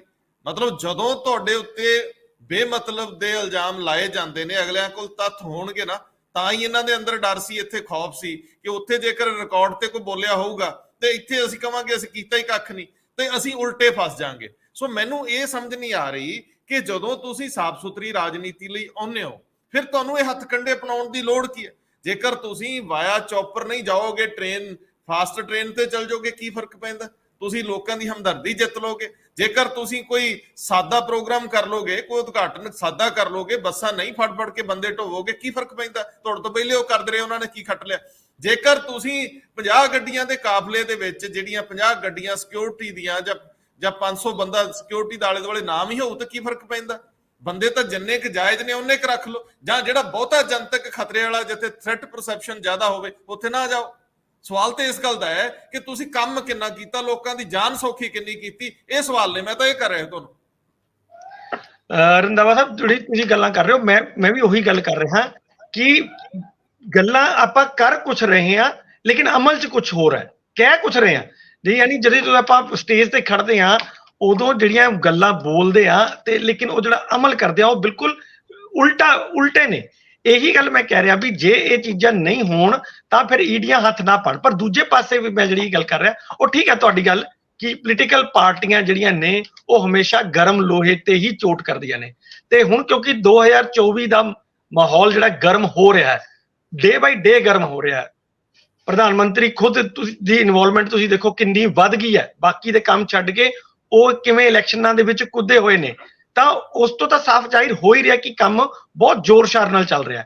ਯਾਨੀ ਕਿ ਲੋਹਾ ਜਦੋਂ ਗਰਮ ਹੋ ਰਿਹਾ ਹੁਣ ਓਪੋਨੈਂਟਸ ਤੇ ਚੋਟ ਕਰਨ ਦਾ ਇੱਕ ਜਿਹੜਾ ਟਾਈਮ ਆਪਾਂ ਕਹਿੰਦੇ ਹੁੰਦੇ ਆ ਕਿ ਉਹਨਾਂ ਨੇ ਰੱਖਿਆ ਹੁੰਦਾ ਕਿ ਇਸ ਟਾਈਮ ਤੇ ਆਹ ਚੋਟ ਕਰਨੀ ਹੈ, ਉਹੀ ਚੋਟ ਕਰਨ ਦਾ ਟਾਈਮ ਆ ਗਿਆ ਸੀਗਾ ਔਰ ਉਹਨਾਂ ਨੇ ਅੱਜ ਸੰਜੇ ਸਿੰਘ ਹੋਰਾਂ ਨੂੰ ਫੜ ਲਿਆ। ਦੇਖੋ ਸੰਜੇ ਸਿੰਘ ਹੋਰਾਂ ਨਾਲ ਦੇਖੋ ਕੀ ਬਣਦੀ ਹੈ। ਨਹੀਂ ਮੈਂ ਦਰੁਸਤ ਕਰਾਂ, ਅਜੇ ਫੜਿਆ ਨਹੀਂ, ਅਜੇ ਉਹਨਾਂ ਦੇ ਘਰ ਰੇਡ ਚੱਲ ਰਹੀ ਆ, ਅਜੇ ਫੜਨ ਦੀ ਗੱਲ, ਕਿਉਂਕਿ ਈਡੀ ਸੌਖਿਆ ਨਹੀਂ ਫੜਦੀ ਹੁੰਦੀ, ਪਹਿਲਾਂ ਬੰਦੇ ਨੂੰ ਪੂਰਾ ਐ ਦੌੜ ਲਵਾਉਂਦੀ ਆ, ਫਿਰ ਉਸ ਤੋਂ ਬਾਅਦ ਪਤਾ ਨਹੀਂ ਹੁੰਦਾ ਵੀ ਕਿਹੜੇ ਵੇਲੇ ਕਹਿਣ ਸੱਦੇ ਨੂੰ ਕਹਿਣ ਬਹਿ ਜਾ। ਜੀ ਮੈਂ ਉਹੀ ਗੱਲ ਕਰ ਰਿਹਾ ਕਿ ਜਿਸ ਹਿਸਾਬ ਨਾਲ ਉਹਨਾਂ ਨੇ ਸਵੇਰੇ ਸਵੇਰੇ ਇਹ ਕੰਮ ਕੀਤਾ ਹੈਗਾ, ਇਹਦਾ ਮਤਲਬ ਹੈ ਕਿ ਉਹ ਪੂਰੀ ਤਿਆਰੀ ਨਾਲ ਹੀ ਜਾਣਗੇ ਉੱਥੇ, ਉਹ ਮੌਕਾ ਨਹੀਂ ਦੇਣਗੇ। ਮੇਰੇ ਸਿਰਫ ਉਹ ਸੀਗਾ ਕਿ ਉੱਥੇ ਹੀ ਚੋਟ ਕੀਤੀ ਜਾ ਰਹੀ ਹੈ ਜਿੱਥੇ ਆਮ ਆਦਮੀ ਪਾਰਟੀ ਦੇ ਬੰਦੇ ਪ੍ਰਚਾਰ ਲਈ ਜਾ ਸਕਦੇ, ਜਿਹੜੇ ਬੰਦੇ ਜਾ ਸਕਦੇ ਆ, ਤੁਸੀਂ ਦੇਖਿਓ ਆਉਣ ਵਾਲੇ ਟਾਈਮ 'ਚ ਉਹੀ ਬੰਦੇ ਅੰਦਰ ਕੀਤੇ ਜਾਣ। ਮੈਂ ਖਬਰ ਜਾਣਾ ਏਜੀ ਵਾਲੀ ਤੇ ਥੋੜੀ ਪਿੱਛੇ ਲੈ ਜਾਂਦੇ ਆ ਭਾਸਕਰ ਸਾਹਿਬ, ਇਹਦੇ ਨਾਲ ਜੁੜਦੀ ਖਬਰ ਹੈ ਕਿ ਉੱਪਰਲੀ ਸੱਤਾ ਜਦੋਂ ਥੱਲੇ ਦੀ ਸੱਤਾ ਤੇ ਸੱਟ ਮਾਰ ਰਹੀ ਹੈ ਨਾ, ਦਿੱਲੀ ਨਾਲ ਭਿੜ ਰਹੀ ਹੈ ਔਰ ਦਿੱਲੀ ਪੰਜਾਬ ਨੂੰ ਵੀ ਕਟਹਿਰੇ 'ਚ ਰੱਖ ਰਹੀ ਹੈ ਨਾਲ ਉਸੇ ਵੇਲੇ ਇੱਥੇ ਜਿਹੜੇ ਕਹਿੰਦੇ ਨੇ ਨਾ ਕਿ ਤੁਸੀਂ ਸੱਤਾ ਦੀ ਦੁਰਵਰਤੋਂ ਕਰ ਰਹੇ ਹੋ, ਸਾਡੀ ਸੰਘੀ ਘੁੱਟ ਰਹੇ ਹੋ, ਮਤਲਬ ਇੱਥੇ ਵੀ ਬੋਲਣ ਵਾਲੇ। ਕੱਲ ਪ੍ਰਤਾਪ ਸਿੰਘ ਬਾਜਵਾ ਤੇ ਰਾਜਾ ਵੜਿੰਗ ਖੁੱਲ ਕੇ ਬੋਲ ਰਹੇ ਸੀ ਪੰਜਾਬ ਜਿਹੜੀ ਇਹਨਾਂ ਦੀ ਕਾਂਗਰਸ ਭਵਨ ਚੰਡੀਗੜ੍ਹ ਦੇ ਵਿੱਚ। ਸੋ ਮੈਂ ਤੁਹਾਡੇ ਤੋਂ ਇਹਨੂੰ ਨਾਲ ਜੋੜ ਕੇ ਸਮਝਣਾ ਚਾਹੁੰਦਾ ਹੈ ਕਿ ਸੱਤਾ ਵੱਡੀ ਹੋਵੇ ਜਾਂ ਛੋਟੀ, ਉਹਦਾ ਚਿਹਰਾ, ਉਹਦਾ ਸੁਭਾਅ, ਉਹਦਾ ਮਹਾਂਦਰਾ ਇੱਕੋ ਜਿਹਾ ਕਿਉਂ ਨਜ਼ਰ ਆ ਰਿਹਾ। ਕੱਲ ਜਿਹੜੀ ਇਹ ਗੱਲ ਕਹੀ ਬਾਜਵਾ ਨੇ ਨਾ ਕਿ ਤੁਸੀਂ ਉਦੋਂ ਖਹਿਰਾ ਨੂੰ ਕਿਉਂ ਐਲਓਪੀ ਬਣਾਤਾ, ਉਦੋਂ ਨਹੀਂ 15 ਤੋਂ ਬਾਅਦ ਹੀ ਬਣਾਇਆ ਨਾ, ਉਦੋਂ ਕੇਸ ਐ ਨਹੀਂ ਸੀ, 17 ਚ ਬਣੇ ਨਾ ਇਹ ਐਲਓਪੀ। ਤੇ ਉਹ ਕਹਿੰਦੇ ਵੀ ਉਸ ਤੋਂ ਦੂਜਾ ਸਵਾਲ ਜਿਹੜਾ ਕਰਦੇ ਆ ਵੀ ਕੇਜਰੀਵਾਲ ਸਾਹਿਬ ਤੁਸੀਂ ਤਾਂ ਟਿਕਟ ਇੱਕ ਵਲੰਟੀਅਰ ਨੂੰ ਪੁੱਛ ਕੇ ਦੇ ਰਹੇ ਸੀ, ਤੁਸੀਂ ਤਾਂ ਟਿਕਟ ਲਈਆਂ, ਦਿੱਤੀਆਂ, ਵਾਪਸ ਕੀਤੀਆਂ, ਜਿਨ੍ਹਾਂ ਦੇ ਉੱਤੇ ਦੋਸ਼ ਆਏ 5-7 ਟਿਕਟਾਂ ਇਹੋ ਜਿਹੇ ਉਦਾਹਰਨਾਂ ਨੇ ਜਿੱਥੇ ਕੇਜਰੀਵਾਲ ਸਾਹਿਬ ਨੇ ਟਿਕਟ ਵਾਪਸ ਲੈ ਲਈ ਕਿ ਤੇ ਐਲੀਗੇਸ਼ਨ ਆ ਗਏ। ਤੁਸੀਂ ਇੱਕ ਨਸ਼ੇ ਦੇ ਤਸਕਰ ਨੂੰ, ਸਮਗਲਰ ਨੂੰ, ਜਿਹਨੂੰ ਪਿਛਲੇ ਦਿਨਾਂ 'ਚ ਸਾਬਤ ਕੀਤਾ ਜਾ ਰਿਹਾ, ਮਤਲਬ ਇਹ ਕਹਿ ਰਹੀ ਹੈ ਸੱਤਾ ਕਿ ਇਹ ਸਮਗਲਰ ਹੈ, ਤਸਕਰ ਹੈ, ਅਸੀਂ ਵੱਡਾ ਇੱਕ ਬੰਦਾ ਫੜ ਲਿਆ, ਕੇਜਰੀਵਾਲ ਸਾਹਿਬ ਕਹਿ ਕੇ ਗਏ, ਉਹਨਾਂ ਦੇ ਬੁਲਾਰੇ ਕਹਿ ਰਹੇ। ਸੋ ਇਹ ਬੰਦਾ ਤੁਸੀਂ ਉਦੋਂ ਟਿਕਟ ਕਿਉਂ ਉਹਨੂੰ ਦਿੱਤੀ, ਉਹੀ ਕੇਸ, ਉਹੀ FIR, ਉਹੀ ਤਰੀਕੇ, ਉਸੇ ਬੰਦੇ ਨੂੰ ਤੁਸੀਂ ਆਪਣਾ ਲੀਡਰ ਬਣਾਤਾ, ਵਿਧਾਨ ਸਭਾ 'ਚ ਕੋਠੀ ਦੇਤੀ, ਕਾਰ ਦੇਤੀ, ਸਟਾਫ ਦੇਤਾ, ਕੈਬਨਿਟ ਰੈਂਕ ਦਵਾਤਾ। ਸੋ ਮੈਂ ਇਹ ਸਮਝਣਾ ਚਾਹੁੰਦਾ ਹੈ ਕਿ ਦੋਹਰੇ ਮਿਆਰ, ਉੱਪਰਲੀ ਸੱਤਾ ਦੋਹਰੇ ਮਿਆਰ ਵਰਤ ਰਹੀ, ਥੱਲੇ ਦੀ ਸੱਤਾ ਦੋਹਰੇ ਮਿਆਰ ਵਰਤ ਰਹੀ, ਦੋਨਾਂ ਦਾ ਚਿਹਰਾ ਬੇਨਕਾਬ ਹੋ ਰਿਹਾ। ਪਰ ਮੈਨੂੰ ਲੱਗਦਾ ਕਿ ਲੋਕ ਇਸੇ ਗੇਮ ਦੇ ਵਿੱਚ ਖੁਸ਼ ਵੀ ਰਹਿੰਦੇ। ਕੀ ਕਹਿੰਦੇ? ਬਿਲਕੁਲ ਠੀਕ ਕਹਿ ਰਹੇ ਹੋ। ਔਰ ਜਿਸ ਤਰੀਕੇ ਨਾਲ ਆਮ ਆਦਮੀ ਪਾਰਟੀ ਦਿੱਲੀ ਦੇ ਵਿੱਚ ਇੱਕ ਨੈਰੇਟਿਵ ਸੈੱਟ ਕਰਨ ਦੀ ਕੋਸ਼ਿਸ਼ ਕਰ ਰਹੀ ਸੀ ਕਿ ਦਿੱਲੀ ਸਰਕਾਰ ਯਾਨੀ ਕੇਂਦਰ ਸਰਕਾਰ ਦਿੱਲੀ ਸਰਕਾਰ ਜਾਂ ਦਿੱਲੀ ਸਰਕਾਰ ਦੇ ਮੰਤਰੀਆਂ ਨਾਲ ਧੱਕਾ ਕਰ ਰਹੀ ਹੈ, ਝੂਠੇ ਆਰੋਪਾਂ ਦੇ ਉੱਤੇ ਉਹਨਾਂ ਦੀ ਫੜੋਫੜਾਈ ਹੋ ਰਹੀ ਹੈ, ਉਦਾਂ ਦੇ ਹੀ ਆਰੋਪਾਂ ਨੂੰ ਆਮ ਆਦਮੀ ਪਾਰਟੀ ਨੂੰ ਝੇਲਣਾ ਪੈ ਰਿਹਾ ਕਾਂਗਰਸ, ਜਿਨ੍ਹਾਂ ਦੇ ਨਾਲ ਉਹਨਾਂ ਦੀ ਅਲਾਇੰਸ ਦੀ ਗੱਲ ਕਰ ਰਹੀ ਹੈ। ਜਦ ਪ੍ਰਤਾਪ ਸਿੰਘ ਬਾਜਵਾ ਉਹਨਾਂ ਕਹਿੰਦੇ ਨੇ ਕਿ 2015 ਦਾ ਉਹ ਕੇਸ ਹੈ ਜਿਹਦੇ ਵਿੱਚ ਤੁਸੀਂ ਸੁਖਪਾਲ ਸਿੰਘ ਖਹਿਰਾ ਨੂੰ ਫੜਿਆ, 2015 ਤੋਂ ਬਾਅਦ 2017 ਦੇ ਵਿੱਚ ਉਹ ਤੁਹਾਡੀ ਪਾਰਟੀ ਸ਼ਾਮਿਲ ਹੁੰਦੇ ਨੇ, ਤਦ ਤੁਸੀਂ ਉਹਨੂੰ LOP ਵੀ ਬਣਾਉਂਦੇ ਹੋ ਔਰ ਉਹਦੇ ਉੱਤੇ ਲੱਗੇ ਹੋਏ ਇਲਜ਼ਾਮਾਂ ਨੂੰ ਉਹਨੂੰ ਬੇਕਸੂਰ ਵੀ ਦੱਸਦੇ ਹੋ। ਇਹ ਸਾਰੀ ਗੱਲਾਂ ਦੇ ਵਿੱਚ ਰਾਜਨੀਤੀ ਤੇ ਕਿਸੇ ਨਾ ਕਿਸੇ ਜਗ੍ਹਾ ਹੁੰਦੀ ਹੈ ਔਰ ਉਹੀ ਗੱਲ ਨੂੰ ਸਾਬਿਤ ਕਰਨ ਦੀ ਗੱਲ ਕੱਲ ਪ੍ਰਤਾਪ ਸਿੰਘ ਬਾਜਵਾ ਉਹਨਾਂ ਨੇ ਵੀ ਕੀਤੀ। ਜਦ ਸਿੱਧਾ ਸਵਾਲ ਪੁੱਛ ਲਿਆ ਵੀ ਪਤਾ ਸੀਗਾ ਕਿ ਤੁਸੀਂ ਉਹਨੂੰ LOP ਕਿਉਂ ਬਣਾਇਆ, ਤੁਸੀਂ ਬਣਾਇਆ ਸੀ ਨਾ LOP। ਹੁਣ ਇਹ ਸਾਰੀ ਗੱਲ ਦਿੱਲੀ ਵਿੱਚ ਵੀ ਜਿਹੜੀ ਗੱਲ ਹੁਣੇ ਕਰਕੇ ਹਟੇ ਆਪਾਂ, ਤੁਸੀਂ ਇਹ ਦੇਖੋ ਕਿ ਕੱਲ 2 ਜਿਹੜੇ ਸਰਕਾਰੀ ਗਵਾਹ ਬਣਨ ਦੀ ਗੱਲ ਕੋਰਟ 'ਚ ਹੁੰਦੀ ਹੈ, ਅਗਲੇ ਦਿਨ ਸੰਜੇ ਸਿੰਘ ਉਹਨਾਂ ਦੇ ਘਰ ਰੇਡ ਪੈ ਜਾਂਦੀ ਹੈ। ਹੁਣ ਰੇਡ ਮਾਰਨ ਤੋਂ ਬਾਅਦ ਅੱਗੇ ਕੀ, ਇਹ ਸਾਰੀ ਪੋਲੀਟੀਕਲ ਇੱਕ ਨੈਰੇਟਿਵ ਸੈੱਟ ਕਰਨ ਦੀ ਕੋਸ਼ਿਸ਼ ਕੀਤੀ ਗਈ। BJP ਦੇ ਉੱਤੇ ਤੇ ਇਲਜ਼ਾਮ ਲੱਗਦੇ ਨੇ, ਇਲਜ਼ਾਮ ਇਹ ਲੱਗਦੇ ਨੇ ਕਿ ED ਦੀ ਦੁਰਵਰਤੋਂ ਹੁੰਦੀ ਹੈ, CBI ਦੀ ਦੁਰਵਰਤੋਂ ਹੁੰਦੀ ਹੈ, ਇਨਕਮ ਟੈਕਸ ਡਿਪਾਰਟਮੈਂਟ ਦੀ ਵੀ ਦੁਰਵਰਤੋਂ ਹੁੰਦੀ ਹੈ। ਉਹ ਇਲਜ਼ਾਮ ਲੱਗ ਹੀ ਗਏ ਤੇ ਉਹ ਤੇ ਲਗਾਤਾਰ ਅੱਗੇ ਵਧ ਰਹੇ ਨੇ। ਪਰ ਪੰਜਾਬ ਦੇ ਵਿੱਚ ਹਜੇ ਅਗਰ ਵਿਜੀਲੈਂਸ ਬਿਊਰੋ ਨੇ ਕਿਸੇ ਨੂੰ ਫੜਿਆ ਔਰ ਉਹਦੇ ਉੱਤੇ ਇਲਜ਼ਾਮ ਇਹ ਲੱਗ ਰਿਹਾ ਹੈ ਕਿ ਬਈ ਇਹ ਪੋਲੀਟੀਕਲ ਵੈਂਡੇਟਾ ਹੈ, ਪੋਲੀਟੀਕਲ ਵੈਂਡੇਟਾ ਨੂੰ ਨਾ ਤੇ ਕਾਂਗਰਸੀ ਹਜੇ ਤੱਕ ਸਾਬਿਤ ਕਰਨ ਦੇ ਵਿੱਚ ਕਾਮਯਾਬ ਹੋ ਪਏ, ਨਾ ਹੀ ਉਹਨਾਂ ਲੀਡਰਾਂ ਦੇ ਉੱਤੇ ਲਾਏ ਹੋਏ ਆਰੋਪਾਂ ਨੂੰ ਹਜੇ ਤੱਕ ਸਿੱਧ ਕੀਤਾ ਜਾ ਸਕਿਆ ਹੈ।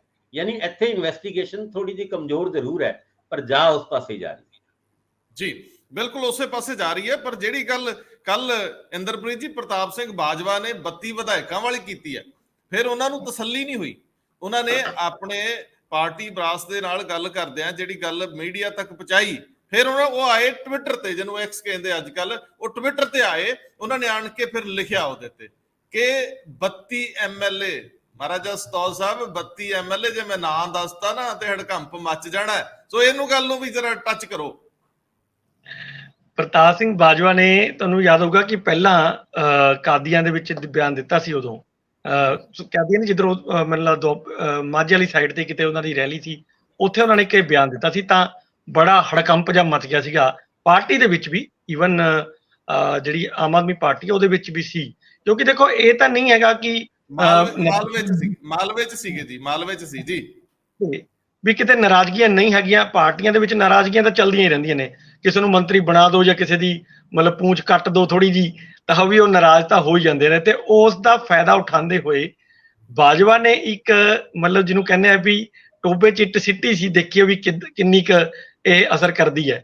ਔਰ ਉਹ ਅਸਰ ਕਰ ਰਹੀ ਹੈ, ਮੈਨੂੰ ਵੀ ਲੱਗ ਰਿਹਾ ਹੈ ਕਿ ਅਸਰ ਕਰ ਰਹੀ ਹੈ, ਕਿਉਂਕਿ ਬਹੁਤ ਸਾਰੇ MLA ਈਵਨ ਚਾਹੇ ਕਾਂਗਰਸ ਦੇ ਹੋਣ ਜਾਂ ਆਮ ਆਦਮੀ ਪਾਰਟੀ ਦੇ ਹੋਣ, ਉਹ ਲਗਾਤਾਰ ਇਹ ਪੁੱਛਦੇ ਰਹਿੰਦੇ ਆ ਸਾਨੂੰ ਵੀ ਕੀ ਇਦਾਂ ਦਾ ਹੈ ਜਾਂ ਐਵੇਂ ਗੱਲਾਂ ਕੀਤੀਆਂ ਜਾਣੀਆਂ। ਤੇ ਉਹ ਹੈ, ਕਿਉਂਕਿ ਮੈਂ ਬਹੁਤ ਸਾਰੇ ਜਿਹੜੇ ਇੰਟੈਲੀਜੈਂਸ ਦੇ ਬੰਦੇ ਹੈਗੇ ਉਹ ਵੀ ਪੁੱਛਦੇ ਰਹਿੰਦੇ ਆ ਵੀ ਕੀ ਚੱਲ ਰਿਹਾ ਜੀ ਸਰਕਾਰ ਦੇ ਵਿੱਚ, ਜੋ ਬਾਜਵਾ ਸਾਹਿਬ ਕਹਿ ਰਹੇ ਉਹ ਠੀਕ ਹੈ ਕਿ ਨਹੀਂ ਠੀਕ ਹੈਗਾ। ਸੋ ਕੱਲ ਜਿਹੜਾ ਉਹਨਾਂ ਨੇ ਪਹਿਲਾਂ ਤਾਂ ਉੱਥੇ ਬੋਲੇ ਸੀਗੇ, ਕੀ ਨਾਮ ਹੈ, ਕਾਂਗਰਸ ਭਵਨ ਦੇ ਅੰਦਰ, ਜਦੋਂ ਬਾਹਰ ਮਤਲਬ ਉਹਨਾਂ ਨੇ ਇੱਥੇ DGP ਆਫਿਸ ਦਾ ਘਿਰਾਓ ਕਰਨ ਵਾਸਤੇ ਜਾਣਾ ਸੀ, ਉਸ ਤੋਂ ਪਹਿਲਾਂ ਮੀਡੀਆ ਨਾਲ ਗੱਲ ਕਰਦੇ ਹੋਏ ਉਹਨਾਂ ਨੇ ਕਿਹਾ ਕਿ ਉਹ ਹੈਗੇ ਆ। ਪਰ ਬਾਅਦ ਚ ਤਾਂ ਉਹਨਾਂ ਨੇ ਟਵਿੱਟਰ ਤੇ ਇਹ ਕਹਿ ਕੇ ਹੋਰ ਕੰਪਨੀ ਛੇੜਤੀ ਕਿ ਮੇਰੇ ਕੋਲ ਤਾਂ ਨਾਂ ਵੀ ਹੈਗੇ ਆ, ਮੈਂ ਨਾਂ ਲੈਤੇ ਤਾਂ ਫਿਰ ਤੁਹਾਨੂੰ ਸਭ ਨੂੰ ਔਖਾ ਹੋ ਜਾਣਾ। ਮੈਨੂੰ ਜਿਹੜਾ ਨਾਂ ਲੈ ਕੇ ਇਹ ਵੀ ਮੈਨੂੰ ਥੋੜੀ ਜਿਹੀ ਜ਼ਿਆਦਾ ਲੱਗ ਰਹੀ ਹੈ ਕਿ ਜੇ ਨਾ ਹੁੰਦੇ ਤਾਂ ਹੁਣ ਤੱਕ ਤਾਂ ਪਟਾਕਾ ਫਿਰ ਪੈ ਜਾਣਾ ਚਾਹੀਦਾ ਸੀ। ਹਜੇ ਤੱਕ ਜੇ ਨਹੀਂ ਪਿਆ ਤਾਂ ਮੈਨੂੰ ਲੱਗਦਾ ਕਿਤੇ ਨਾ ਕਿਤੇ ਕੋਈ ਗੜਬੜ ਹੈਗੀ ਹੈ, ਇੰਨਾ ਹੈ ਨਹੀਂ ਗੱਲ। ਦੇਖੋ ਓਪੋਜੀਸ਼ਨ ਚ ਇਹ ਜਿਹੜੀ ਵੀ ਮਤਲਬ ਵਿਦਿਨ ਪਾਰਟੀ ਦੀ ਜਿਹੜੀ ਇੱਕ ਓਪੋਜੀਸ਼ਨ ਹੁੰਦੀ ਹੈ, ਸਪੋਜ਼ ਅੱਜ ਆਮ ਆਦਮੀ ਪਾਰਟੀ ਚ ਕੁਝ ਵਿਧਾਇਕ ਜਾਂ ਮੰਤਰੀ ਨਾਰਾਜ਼ ਹੋਣਗੇ ਤਾਂ ਉਹ ਵੀ ਕੱਲੇ ਨਹੀਂ ਕੰਮ ਕਰ ਸਕਦੇ ਵੀ ਉਹ ਕਾਂਗਰਸ ਨਾਲ ਸੰਪਰਕ ਕਰ ਲੈਣ ਤੇ ਚਲੇ ਜਾਣ। ਦੇਖੋ ਅਗਲੇ ਨੂੰ ਵੀ ਆਪਣਾ ਕਰੀਅਰ ਦਿਖਦਾ ਹੁੰਦਾ, 3.5 ਸਾਲ ਪਏ ਅਜੇ, ਜਿਹੜੇ ਇੰਨੀ ਮਸ਼ੱਕਤ ਕਰਕੇ 1.5 ਸਾਲ MLA ਨੂੰ ਨਹੀਂ ਬਣਿਆ ਹੋਇਆ, ਤੇ ਉਹ ਕਿਉਂ ਇੰਨੀ ਜਲਦੀ ਜਾਣਗੇ ਜਦੋਂ ਕਿ ਪਾਰਟੀ ਸੱਤਾ ਦੇ ਵਿੱਚ ਹੈ।